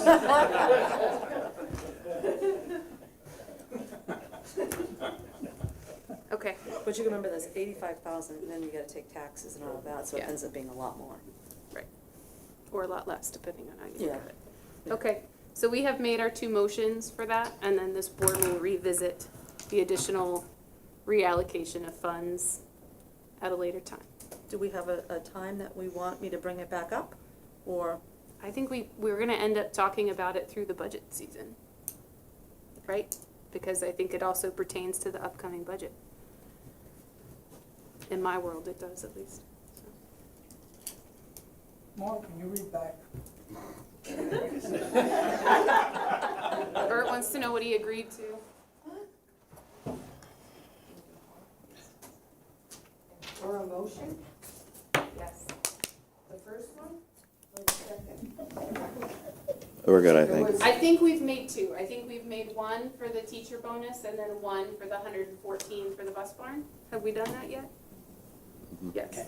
The teacher bonus, we don't have to have read back because we poured that in concrete. But we voted on the bus barn 114, because I was hesitant to vote on it. Okay? So we're It's good. done. Yeah. Now we can move on to number All right, 3. that closes out that topic. All right. MOU meeting with select board. Yes, so the interim town manager, Paul, has reached out to me to see if the school board would like to set up a time to meet with the select board regarding the MOU for the bus barn. They feel it would be more beneficial if we had 2 board members and 2 select board members that would meet. This way the meeting can take place at any time, whenever the board members want to meet, where our board meetings are only twice a month. If you agree, they already have 2 board members who can meet after 3 within a few days' notice. So they just wanted me to bring this to your attention to see if that's what the board wanted to do, or if we wanted to continue with our plan to have a full board that attends all meetings. Bert?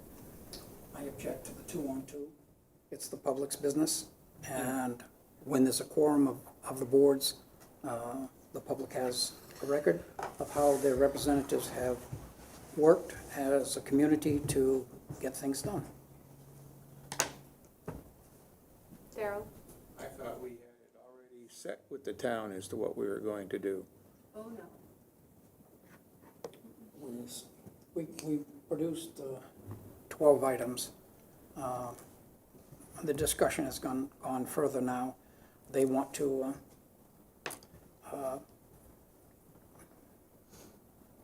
put back in the $5,800 and now call it a CAM charge. Oh, I looked that up. Community area maintenance charge. And What happened to $1 a year for 100 years? We Familiar? still pay them $1 a year, but that CAM charge, the common area maintenance, they would like $5,800 a year. right, but you We're you doing the lease, maintenance on our own building, aren't we? but well, no, the common area, everything outside, the common Oh, area. okay. So I would assume that at $1, you've got to be able to get to what you have leased for the $1. That would be a good idea, yeah. In other words, if I lease you an apartment for $100 a month and Oh, with the key. you can't get to it, guess what? So these discussions have to be had. There's a high probability that they're listening now to find out which way we're going to go. My opinion is we, as boards, sit down and do our business in front of the public's eye, as we should do, and are doing now. It may get harsh at times. People may not like some of what happens, but that's our form of government. Right. It is an action item, so does somebody want to make a motion on that or have a different opinion? Tim? It's probably not a different opinion, but, so, the town voted on that space for $1 for 99 years.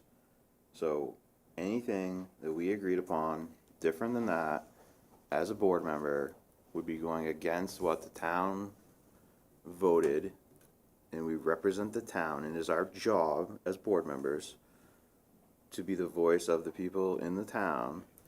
And I, for one, and not just one, because I know how pretty much all you will vote, but we're not gonna agree to $5,800, which goes back to the whole thing. Like, this whole thing is just ridiculous. The reason that wants to be behind closed doors, basically 2 people, and not have a full quorum, which should then be on NCTV or whatever, is because, you know, they want a backdoor deal, whatever in this thing. And I'm just done with it. this is the town of Newport, the people of Newport's budget, money. It's my money, your money, it's everyone in this room's money. And whether it goes to the school district or the town, it's just a difference if it comes out of my left pocket or my right pocket. The town clearly doesn't need the $1,500 because they're giving big housing companies, they're gonna come in town, $900,000 in tax abatement. So $5,800 gonna break the town? No, this is just a bullshit show of, it's a pissing contest. And we're not happy the town voted this way. We're not happy the town voted this way, so we're gonna play this game. And, which held up our addition that was agreed to at the meeting. It wasn't voted on, but it was a consensus, right? This should just not be happening. This is Newport, the town of Newport. This is our tax money. It should just be agreed upon and done, and we should have moved on from this. So then is there a motion? Just to move us along. I'll make a motion that we meet as a full board. I'd like to speak to Sure. Yeah, go ahead. Sorry. 2 items. To express again what Tim has just said, it is the same pair of pants, different pocket. $5,800 comes out of here and goes over here. The next is, I want to thank them, and this is being a bit sarcastic, I want to thank the board because their silence was consent. They had an opportunity to speak against this, and they chose not to. So that is consent. That being said, we have to do the best that we can for the community. I did not say the school district, I said the community, period. In the negotiations that are coming up, and that should be done in a public forum, not in a corner. Okay. So is there a motion? I make a motion that we meet with the Board of Selectmen as a full board at a meeting time, date, whatever to be determined. Which I feel like we could just get on their agenda and we would go to their meeting. I think that if that's easier, I mean, we've done it a bunch of times anyways. Second. Okay. Could we just, would it be okay to say a quorum of the board as opposed to full board, just so that Sure. if anybody's Yeah, yeah. sick or Yes, anything, yes, yes, you know? yes. Okay. Boards. Boards. Yes, Nate? Excuse me, Ms. Kabir, your voice went down after you stated that we wanted to meet with the BOS as a full board, although it's been amended to be a quorum. Yes. And after that, something about time and date. Yes, I think that we should, if it's easier for the Board of Selectmen, then we will go to one of their meetings and just be on their agenda, which we've done many times, rather than trying to get everyone together in a different location or whatever. Yes. So a time and date convenient to them? Sure. What if it was a Saturday? No. I think for them it's gonna be. Well, I was thinking if it was a Saturday, at least we had all day. No, well, I was thinking if, I said, You're making a statement that they might be unreasonable? no, I think I was trying to be unreasonable there. No, a Saturday would be fine. That's how I'd want to spend my Saturday. Right? See, John's on my side. Okay, all right, all those in favor? Aye. Opposed, abstained, I am. you're I what? feel like we're rehashing the same old stuff all over again. I don't feel we should have to do this. Okay, so you're opposing? I'm saying no, yeah. Okay, I agree with you. I think we all agree with you, but. all right. Well, I want to be on record with it. All right, so, Goshen School Board meeting. This is just informational. The superintendent, Gail, reached out to me from Goshen and asked if we could attend this team here. And Jenna has agreed to come to this. Steve had asked if he could hand it over to Jenna to have her go. Steve Um, owes on- me, it's my wedding anniversary. just Oh, saying. boy. So on October 16th, the administration will be joining the Goshen School Board at their school board meeting. As I said, Jenna will be joining us.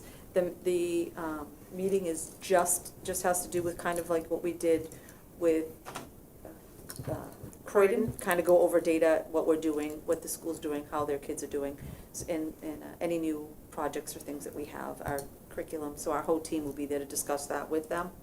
I didn't know if any other board member was interested in attending, or if you were okay with Jenna just attending, because if I had more than 3 of you that wanted to go, I would need to advertise.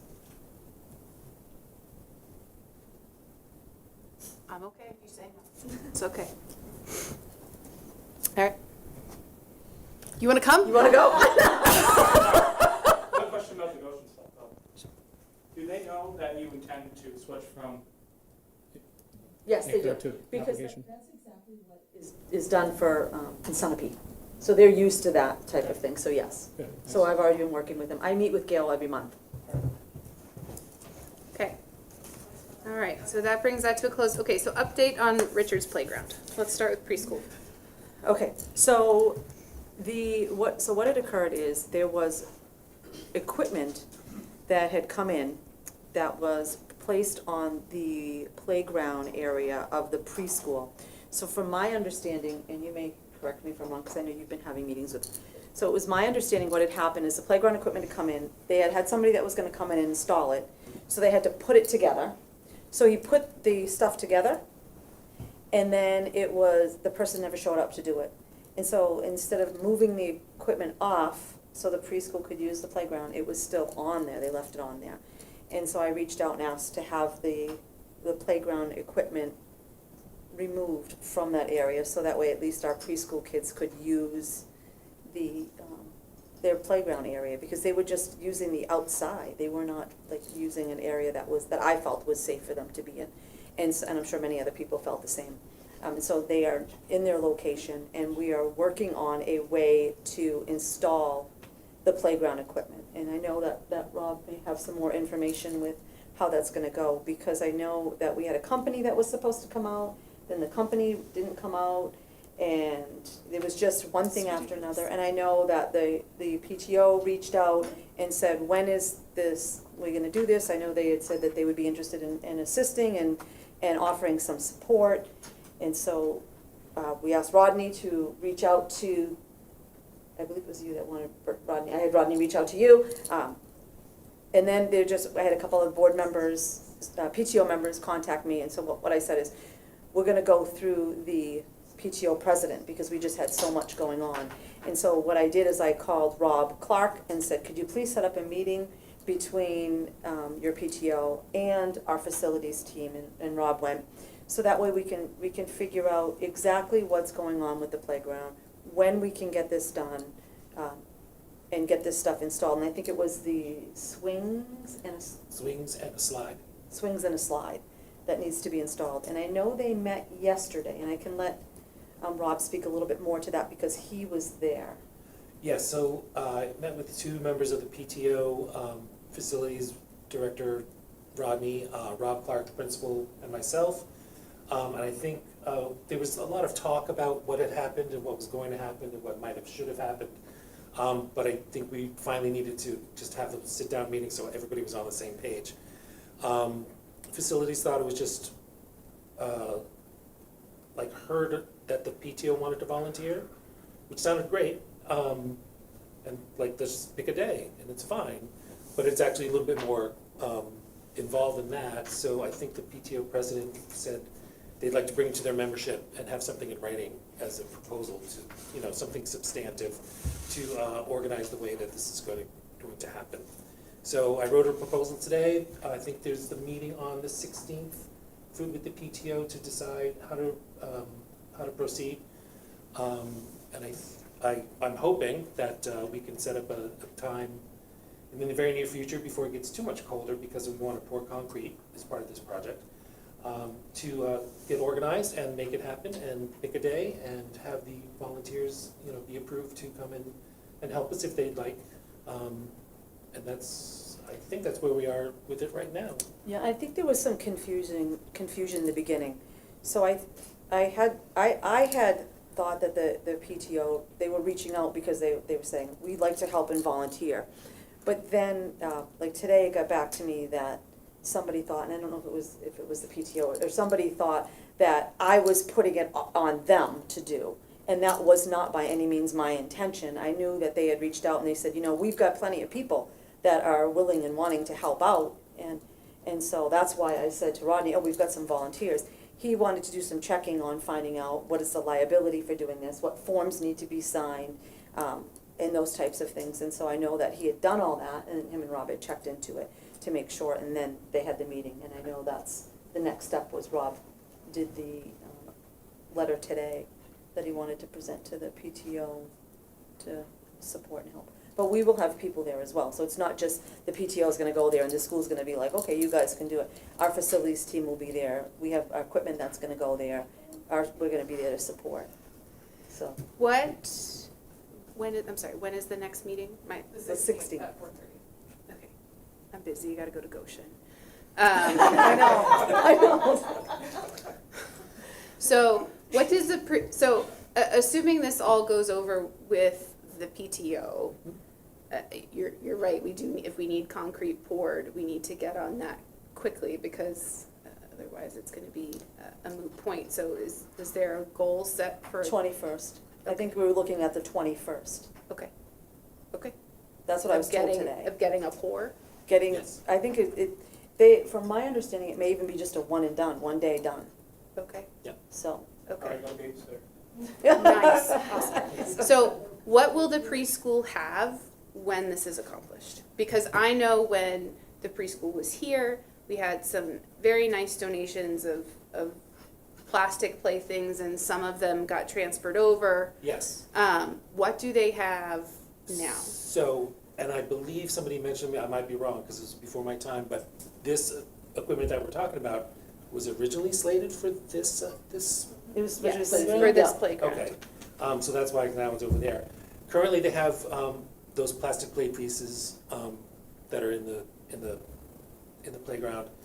They will have a permanently mounted slide and swing set, and then whatever plastic pieces can still be fit in that space.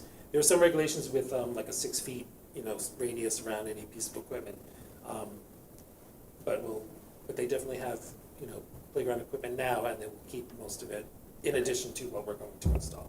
Okay. Whoa, you guys went up at the same time. I'm gonna do Tim and then I will go. Why didn't Yankton Systems install this? I thought that was one of the goals. I mean, could have been.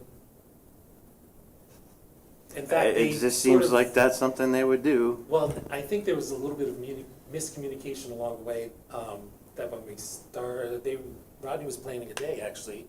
He was gonna shut down the playground and install it, from the facilities department. But then we heard about the PTO volunteer thing, and whichever way it was meant to go.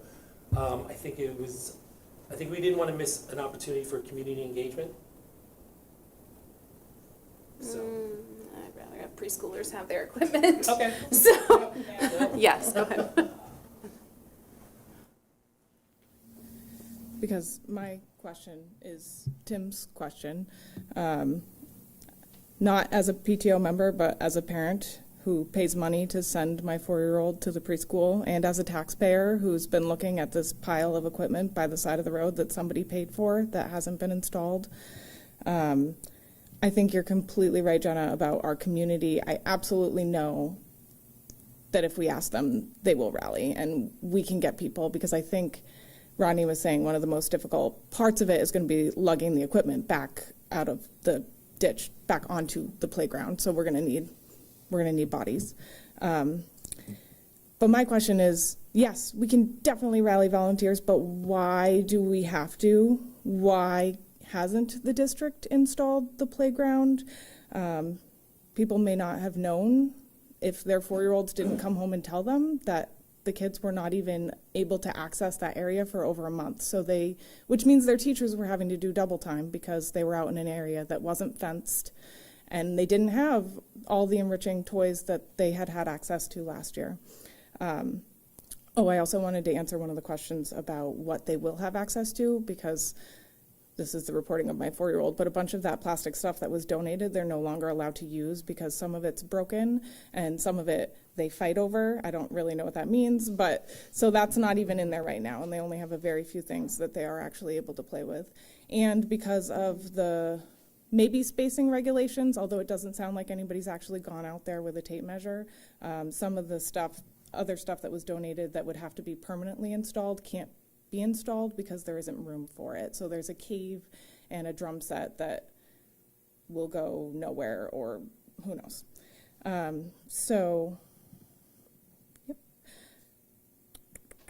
So yes, now they can access their fenced area. Thank you, Donna. So they are out there. I'm sure it's a load off the teacher's mind that they can be in a fenced area, but there isn't a lot out there for them. But my question is, what happened? Is it a facilities issue, staffing issue? Is it a time issue? Is it a priorities issue? Why is the preschool an afterthought? Why is the playground an afterthought? Because it's not just this preschool equipment. There's a climbing wall that's been in a pile for, I believe, 3 years, maybe more.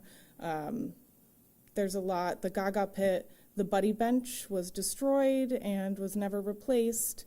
So there's a lot of stuff out there that's going to waste right now. So why did it take so long to get the ball rolling? Would you have reached out for volunteers if there hadn't been parents calling and pushing?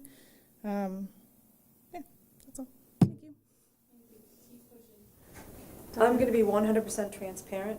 I may have dropped the ball because I didn't even know the playground equipment was on there until you sent me an email.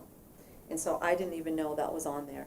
I asked for it to be removed immediately, and then they were on the playground.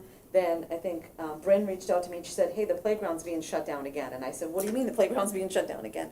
We just got it opened yesterday." And so then I had the conversation with Rodney because he said, "Well, I'm just going to do it. I'm just going to go in and do it."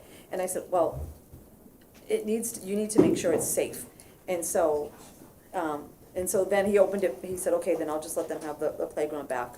So part of it, I will say, is on me, that I think that maybe I need to, and I don't want to say like put my foot on his throat, because that sounds horrible, but I need to be more on top of. Put your thumb.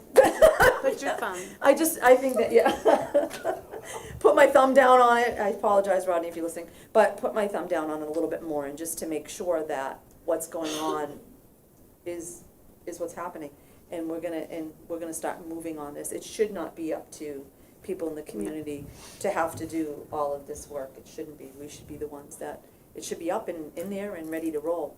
I want to just also talk, because the next thing is the climbing wall, so I want to pull that together and bring that in.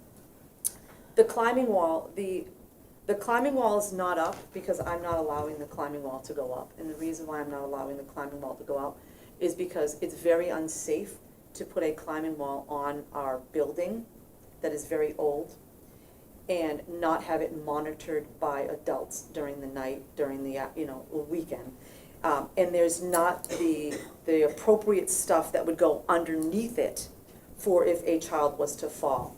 So my goal with the climbing wall is to see if there's a way to take that climbing wall and bring it into our facilities, into our gym area, where we can have appropriate ropes and the tie-on things and appropriate stuff on the ground, so that way if our kids do fall, they've got the ropes and there's an adult watching them, right? Because unfortunately, we have a lot of kids that hang out on our playground at night, and my worry is that we're going to have middle school, high school, regular kids just climbing that wall and not having anybody there, and if they fall and get hurt, it's actually the liabilities on the district. I'd rather sell it and get more equipment for the playground. Okay, Lisa and then Bert. We can do that, whatever we choose to do. It's a grant. It was, I don't know I if know we it was a can. grant. Yeah, The playground is a nightmare right now. It's not just the preschool playground, which a lot of the plastic things were destroyed because it's in the front of the building now and people can see it. Those things are being just destroyed by not our students, but people who are coming in. outside of my window is where we used to have grass. It was the only area we had grass, and now there's just dirt and rocks, and tree stumps and benches with cement. And what I hear out of my window is students playing hunger tag, which is they're playing like they're pretending they're killing each other, or as zombies, because there is nothing else for them to do. I think we need to look at the climbing wall. The climbing wall is not a traditional climbing wall like you're thinking with. It was bought as a horizontal, so it was like laying on the ground and they climb on it like that. That was the design of it. Whether or not we want that on, I mean, it wasn't meant to go on the side of the building, is from what I understand. I think we need to look at that. But I also thought it was horizontal too, where you weren't going up. They were Right. supposed to, but High. they wanted, it was supposed to be on the side of the building, but I think they said, like, what did they say, like 3 or 4 inches off the ground or something like that, and I'm like, Other yeah. than, like, 2 feet. And then the company that would come and install it, it would cost over $10,000 to have the company come in and install that and anchor it appropriately to our building. And if we're gonna have something where kids are gonna be climbing at an angle above a wall onto our building, I wanna make sure it's secure and safe. No, I And so that just made me very nervous. And I know that I have mentioned, we need to call our insurance company to see if we can even have that outside. Okay, I'm Um, sorry. That's okay. The other issue is that, and this is prior to previous administration, a beautiful cedar fence was put up along the backside of where the preschool is, which is great, except that's where the preschoolers are. So where we have our 1st through 5th graders playing ball, there's a little 3-foot-high chain link fence. You can imagine what happens with any ball that goes out there. And the structure that's on the other side of the building has holes in the roof. I mean, we had a student that wanted to climb over, and I'm like, no. You might know. So I think that there's, the other thing that's frustrating to me is we had somebody give the school a grant to create an outdoor classroom, because behind the gym is a beautiful space with a hill that I once took a whole bunch of kids sledding and was told I made somebody, it was the best day of his life. But that space is not accessible right now because there's not enough staff to watch the students there. And I got in trouble because I let the kids go there, and once you let the kids go there, they always have to go there. But we need to look at the playground and the wood chips, which have just been in a mound there since August. I know in 2014, the Jake Maxfield Community Connections volunteered, and they went in and spread the wood chips. But I think it's a little disingenuous at this point to say, oh, we thought the PTO was going to be taking care of it, when that just came up. And the chips have been there since August. Thank you. Because that will be sledding hill number 2, that they go crazy down those hills. Sorry. Bert, did you have your hand up? Number one, can we do the job in-house? Yep, just simple yes or no. And if we can, who does the location to allocate it by all the regs that are required? Number 3 is who does the concrete work if a foundation is required? So it may not be as simple as putting a swing set up in your backyard, but if we can find the answers to those 3 questions, if concrete needed to be poured and was located by somebody else who knew where to locate it, then after that, then you can get people to assemble based on the foundation being in. Do you need a pad, or do you just need pillars? No, I think it's just to hold Do the, you just need the So the sonotubes? swing don't tip over. yeah, so the Yeah. swing doesn't tip over, so I don't think that it's It's like, holes and you set it down and you pour concrete in. yeah. It's just sonotubes. So number 1 is yes. Okay, so we can do the job, yep. And the location That to should, meet the requirements? They should know that stuff, yeah. And then, so the last thing we need is a bunch of concrete in a box that's already been created. That ain't rocket science. No. Shouldn't have taken this. Somebody make a telephone call to Carroll Concrete and say if they've got any concrete coming back on a truck. It's probably only like a bag per, Right. We were gonna mix it here. Well, it's gotta be more than the bag. well, maybe a couple, but not much. I believe that all of the concrete that is needed is already in possession of the school. I have a list from Rodney of what needs to be done. It's rake off the old wood chips, dig 7 18-inch deep holes, mix and pour concrete that they already have. We'll have to lug buckets from the school, place the slide and swings, let the concrete set, and rake the wood chips back over at the playground. That's just for the swing and the slide on the preschool playground, but that's what needs to be done for that. Yeah, done. Yes, so, yes, I'm saying, yes, we can do this in-house, but before we decide that, I don't want to offend the PTO that says, well, I've already got somebody to watch my kids, right? So I would want them to see if they want to bring it to their membership first and ask if that's something they wanted to support with, or they want us to do it. Either way, it would work for me. I just wouldn't want to offend PTO, because I know that they've, They work hard. they work hard and they do a lot for our school, so I wouldn't want to. So If it's handled in-house, will it get done, and will it get done before winter? You better believe it will be. I can't, by all means, go for it. Sorry, gotta cancel your childcare. He's like, no, I'm not. wood chips, though. I'm not quite done. Wood chips. Is there I really don't want that to turn into a frozen mound of splinters. We can take care of the wood chips as well. That's part of the playground installation Yeah. plan. But, so are those wood chips just for the preschool part? No. I thought that was for the whole playground, so, Right, What's- but since we need to move wood chips for the preschool playground okay, equipment, that's when we're gonna do the wood chips. I just decided. okay. And whether or not the Gaga pit comes back, It's not. From my understanding, that was removed and not put back. I didn't know if they were gonna get a smaller one, but I think it But- wasn't gonna but- go back. oh, it is the bane of my existence as a parent and a teacher. It's just a game. But if the Gaga pit isn't there, it still remains that there's piles of rocks, and I can't stand it when my kids come home and say, oh, I played Hunger Games tag today. Not really, doesn't excite me at all. So I do think the conversation warrants I'm gonna ask my more notes. discussion. Yes. I forget who mentioned there was a contract previously.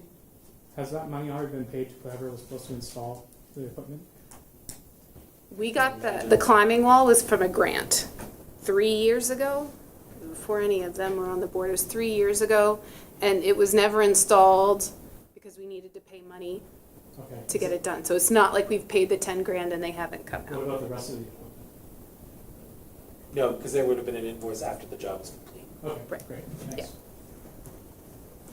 I just wanted to say, I've been at Richards a lot over the last couple of weeks especially, and I know that there's a plan for guided recess and to help kind of work with kids on appropriate games and all of that other stuff. I think that there's been a team working on that and looking at that and trying to make it more structured, but also more fun and more engaging. So I think that it was good if people got staff, I think, yesterday. And I don't think they had an opportunity to do that because I came and ruined Lisa's life. No. But I think guided recess is great, but Yeah. they need more stuff. They need more things 100%. to do. I just wanted you guys to know that You know? I was aware that they've been really talking about it and So- looking at it so that kids aren't coming in saying they're playing Hunger Games and other such things. Right. Yeah. All right. So. Very good. And I'm also going to talk to the chief to see if maybe they can, at night, they can just have somebody kind of going up in that area, if he doesn't already, to have it checked out, because, putting all this nice equipment in there for the kids and then having other people come in and destroy it is not good. So, I agree. Okay, very good. John So, was going for your candy.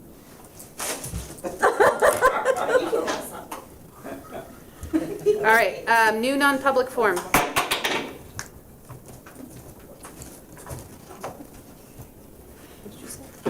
I was gonna move on to new non-public forum. Oh, all right, I was like. Form. Well, you'll be able Thank to. you for bringing this to the board's attention, and thank you all for being here tonight Yes. about it. I really do appreciate it. Okay. I'm sorry. Now, new non-public forum.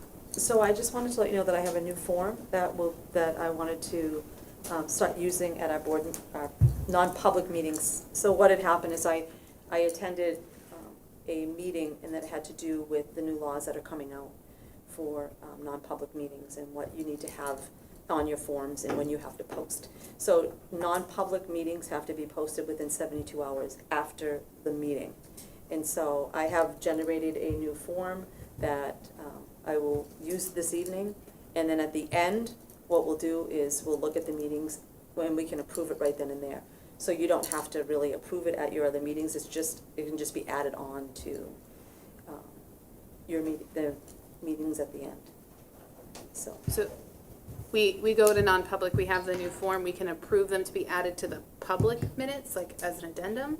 Yeah, Is that- so we okay. can, so what'll happen is, what'll happen is I have, like, what I did is I printed out a whole bunch of them. So as the meeting's going on, I can just be taking, like, it's going under this, you voted this voted this, and then tomorrow, I could have them posted. I see. So we're meeting the requirements for the law. Are you saying that maybe I don't post them? Get them to you in a You know. timely manner? She's not talking about you. She's It's talking not about- you. Oh, no, Steve's No, good it's- about it. This I'm way I not. just make sure it's Yeah. done so that Yeah. way we fall in place with what the new law is. Okay, very good. Negotiations, G. So I just wanted to inform you that due to our, the new funding that will be going with the teachers, Lisa and I, and it will be Jenna and Daryl, because they are on, no, this is for tonight's vote. So Jenna and Daryl will be meeting with the Teachers Association regarding the money that we voted on for this evening. So I just wanted to let you informed of that. I know Lisa will be reaching out to me, if she already hasn't, on a date and time that we can all get together and meet. Okay, very good. External study for enrollment. Yes, so I'm asking the board tonight for an action item, that I would like to see if I can hire an external company to come in and kind of look at our community and look at our current enrollment and look at the housing and look at a lot of the things that are happening, the market value and all this stuff that's going on in our town, and kind of project what it's going to look like for our schools, whether it be this year, 4 years from now, 5 years from now. And so this way it'll give us a better idea of what we're looking at as far as enrollment. And I know that, and if not too long from now, we're going to have a bond that's going to come up, and that'll help us decide what do we do with the money. Like, if we're looking, do we need to build another school? Do we need to add on to the middle high school or any of this stuff? And so I think that would help us make those decisions, and I think it would really keep the public informed of what our numbers are going to look like in years to come. Our projected numbers, at least. Bert? I tell you, Donna, it's really hard to get numbers out of developers as to the number of children. And 6.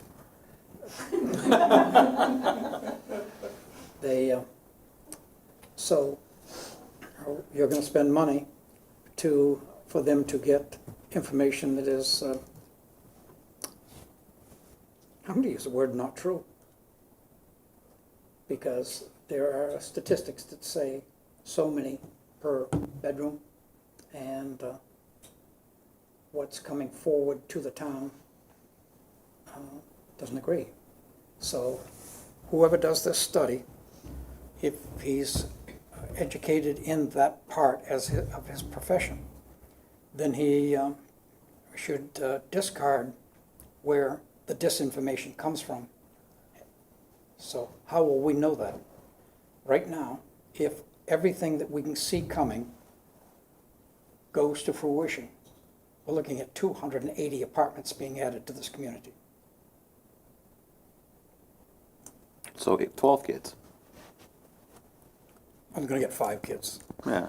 That's all. I mean, you know, So, this might be a silly question. Does the external study come from a developer? Or does it come from No, an it comes- independent? It comes from an independent company, that's what they do, that's what their jobs do, they go out and other schools have had this done, and so, What's the ballpark? I'm not sure as of yet. I mean, this will give me the approval to start looking, and then I will reach out to people and get cost and quotes, and then bring it back to the board at our next meeting. But I just wanted to have the board's approval to do something such as this. And I can have more information on the company as well, the company's chair. I make a motion that we authorize Donna to search for a company to do this impact study for us. I'll second. second. All those in favor? Aye. Aye. Opposed? Abstained? Okay, very good. Now, I should have thought that as the processes that we used for the 2 that we're facing now, which is Spring Street and the Wigger Building, that as those came forward, that the selectmen would have asked for a survey for how many students would be involved. But we didn't get it, so we wind up paying for it when it should be on the town side.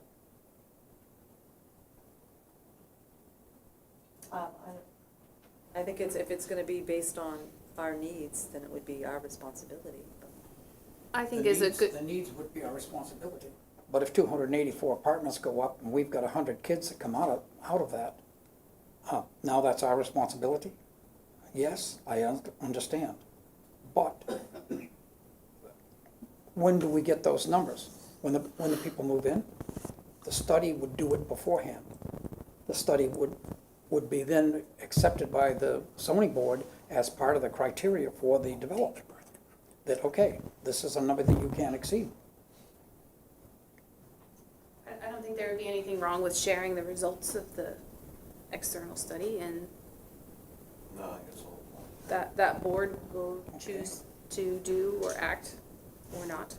But that money we spend right there is one of those unknowns that I was talking about earlier in this meeting. But I would argue that in this case, it's a community money, it needs to be done for our community. So I'm gonna say left pocket. Right? Okay. All right, any new hires since 5 o'clock? No. There's one resignation. Yep, and so I'm asking the board to accept the resignation of Deborah Scranton. She was the English teacher at the high school. Motion. Second. Okay, all those in favor? Aye. Opposed? Now I'm going to abstain. Any committee report outs? I got to stand in for Steve on the building committee. We just, what do we sign off on, like 8 to 12 contract award for the CTE? Yeah. Yeah. So the little I know, because I've only had to stand in for him once, but I believe Eric said like a little behind on like 2 parts of it, but we expect to make it up as we go, so nothing crucial. Everything seems to be moving forward. The super sucker, as Mr. Perry wants to call it, which is a ventilation for the welding shop, was arrived yesterday. I just asked him, like, I hope it's not so powerful the doors won't open because of, you know. But yeah, they've got, what did Eric said, like, next week are they paving? Or excuse me, concrete, so looks like everything's moving along well, and I'm super excited to see when it's all done, because it's come a long ways as it is, and it's awesome, so. Okay. Any other report outs? Policies, we have none tonight. So that brings us down to communication. Anything from you, Daryl? Tim? So, I'm currently on the zoning board, but I will be turning in my resignation for the zoning board, because I won't be a part of a board that is actively destroying the future of this town by approving everything that walks before it. You know, 42 units on Spring Street. Okay, cool. It's built. It's supposed to open in December or January. I would believe, like, okay, let's see what that does, how it helps with housing. I totally acknowledge that we need more housing in Newport, but I also don't believe that any point in any recent history we've ever gone from, you know, building to boom, here's 42 units, let alone here's another 70, here's another 42, here's another 96. And this stuff is just thoughtlessly approved with a rubber stamp. And when you go and mention things like school impact or low-income housing, you're told, well, it's discriminatory. Then why have zoning and planning to begin with? Because if you can't stop developments from coming in, and the problem is, a couple kids, no problem. Some people, some families in town will probably move into this building, sure. But if you suddenly add 50 kids to the school district, the taxes that they pay aren't going to even cover the cost of the students coming in. They'll help with the water and sewer, sure. But the offset is, if they cost us $300,000 liability for students coming in, it doesn't work out. It doesn't, and nobody in this community seems to be looking out for this until, like, tonight we voted on an impact study. I've literally said it for 5 years on the record, on that board. How many of these do we approve? And the answer I got from the representative from the select board was, all of them.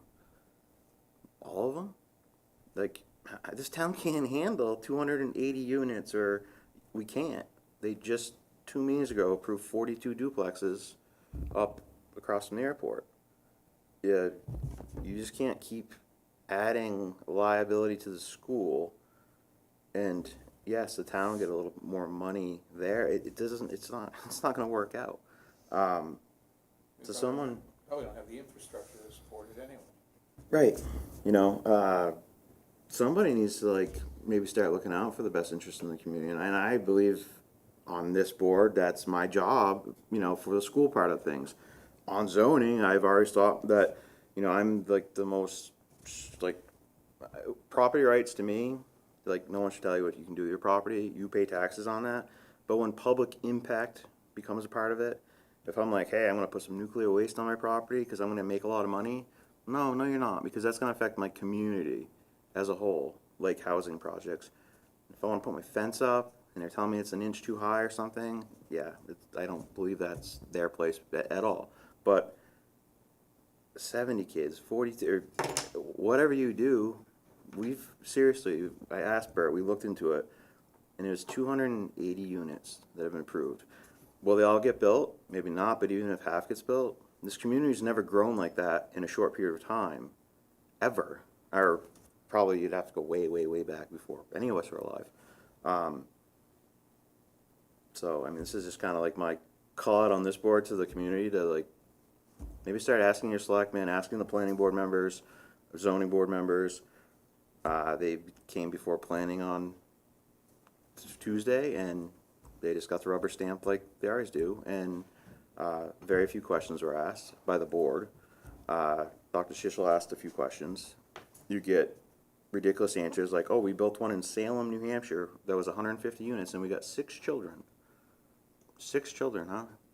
Because mostly just single people, you know, moving here. And they also say it's this housing that's going to help people.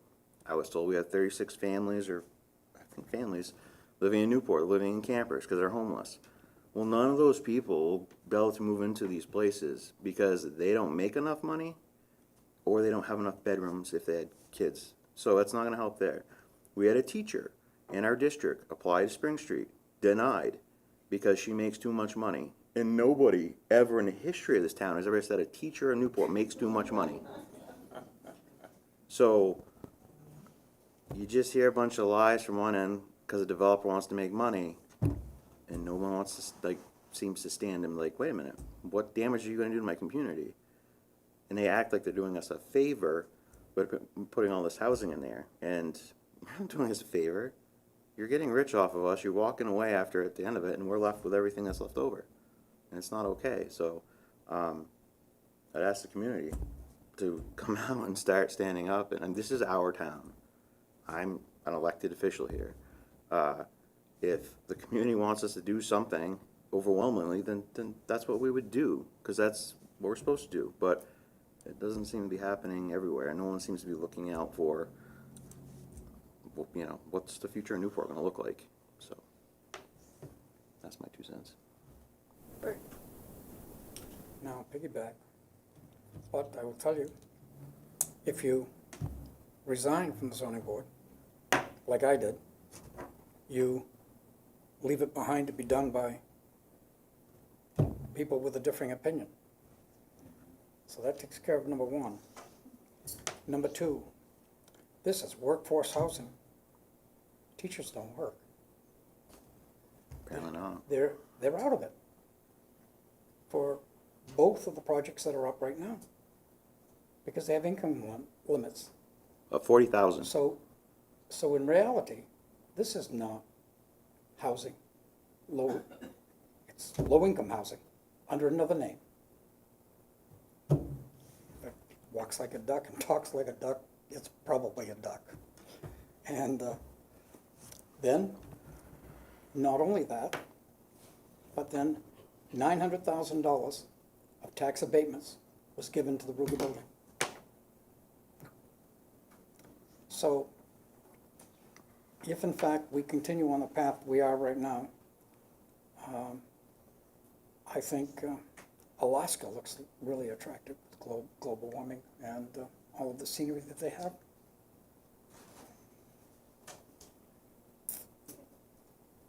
I don't have anything for this evening. I'm really glad that we were able to get preschool and the climbing wall discussed tonight, as well as the allocating the special district funding. I think these are the meetings that I truly enjoy.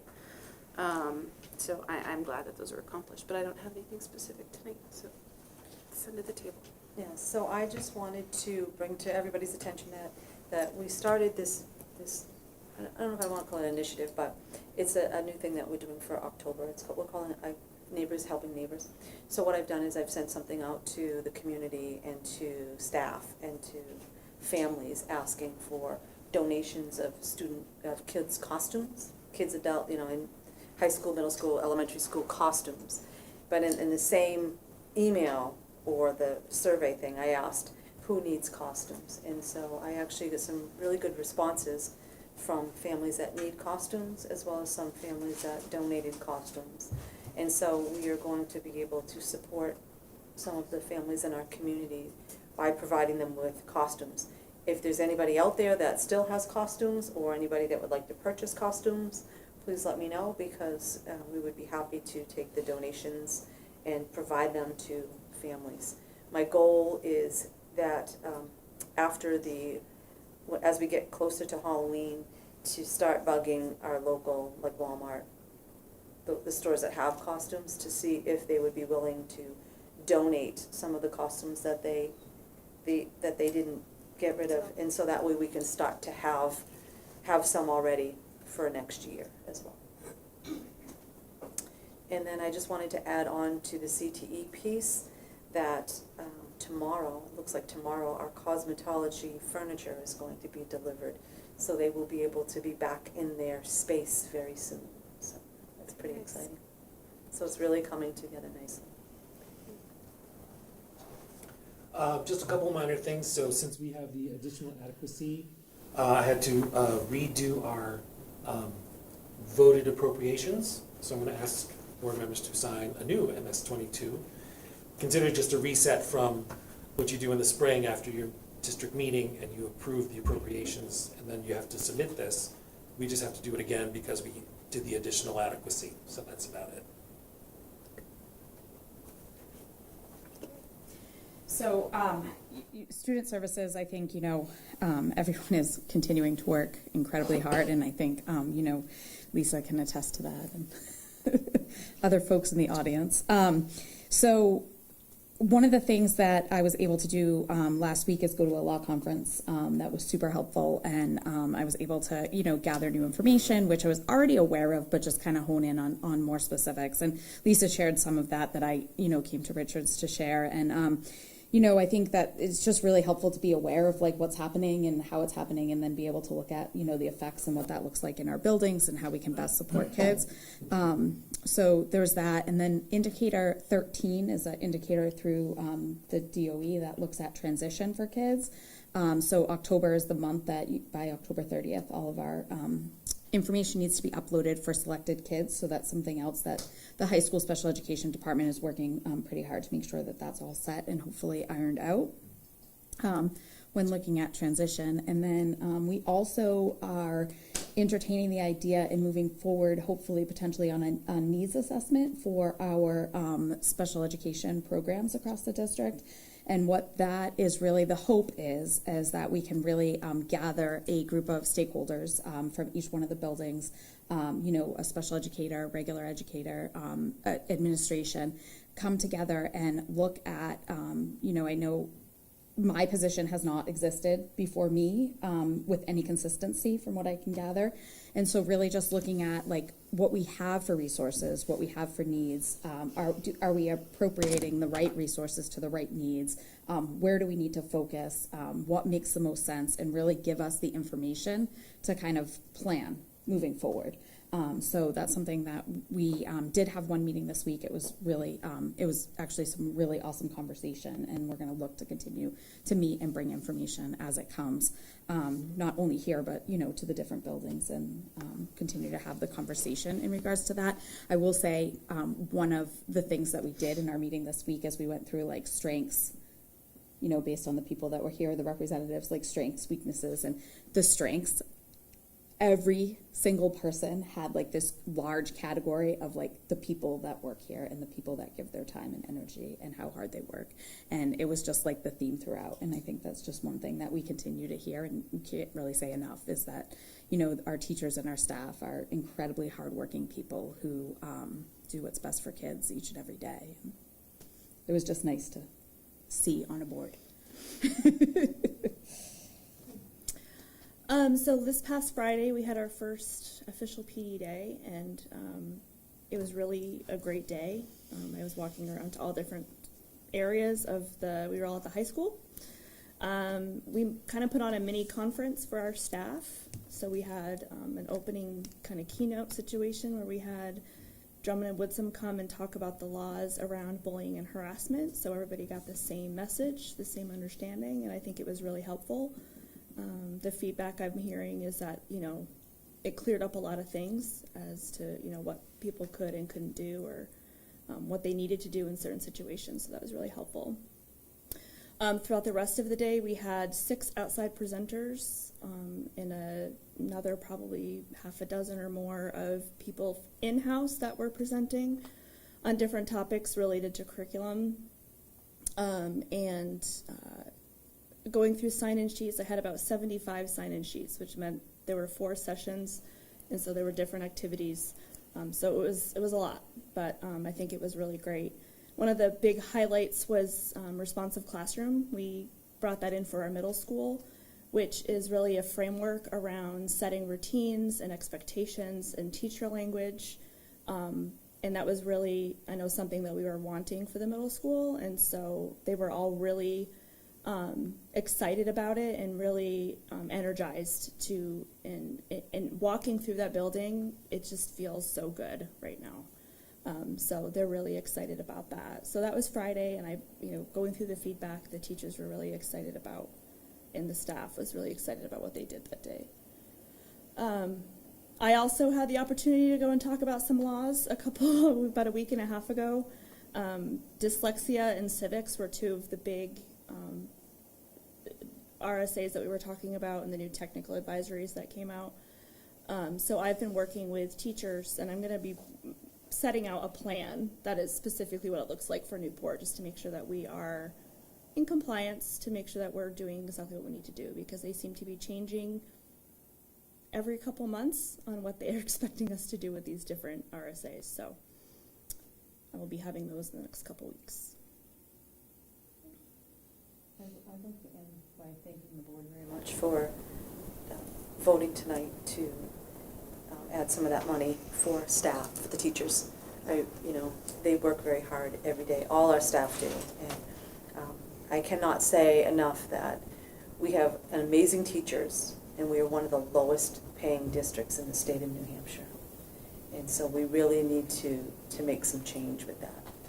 If we want to see the growth that the board has been asking for, part of it is going to start there with our teachers. And so I think we need that consistency, and we need to train our teachers but also be able to keep our teachers that are going through all this amazing training. So thank you very much for hearing us on that and voting for the teachers. Thank you. With that, I will move that we enter into non-public under 91-A:3C. Is there a second? Second. Need a roll call vote. Daryl? Darrell Jones, aye. Tim? Good eye. Bert? See, And Jenna Darling, aye. Thank you very much. That concludes the public portion of the meeting. 7:35. Thank you. Thank you. Thanks for coming.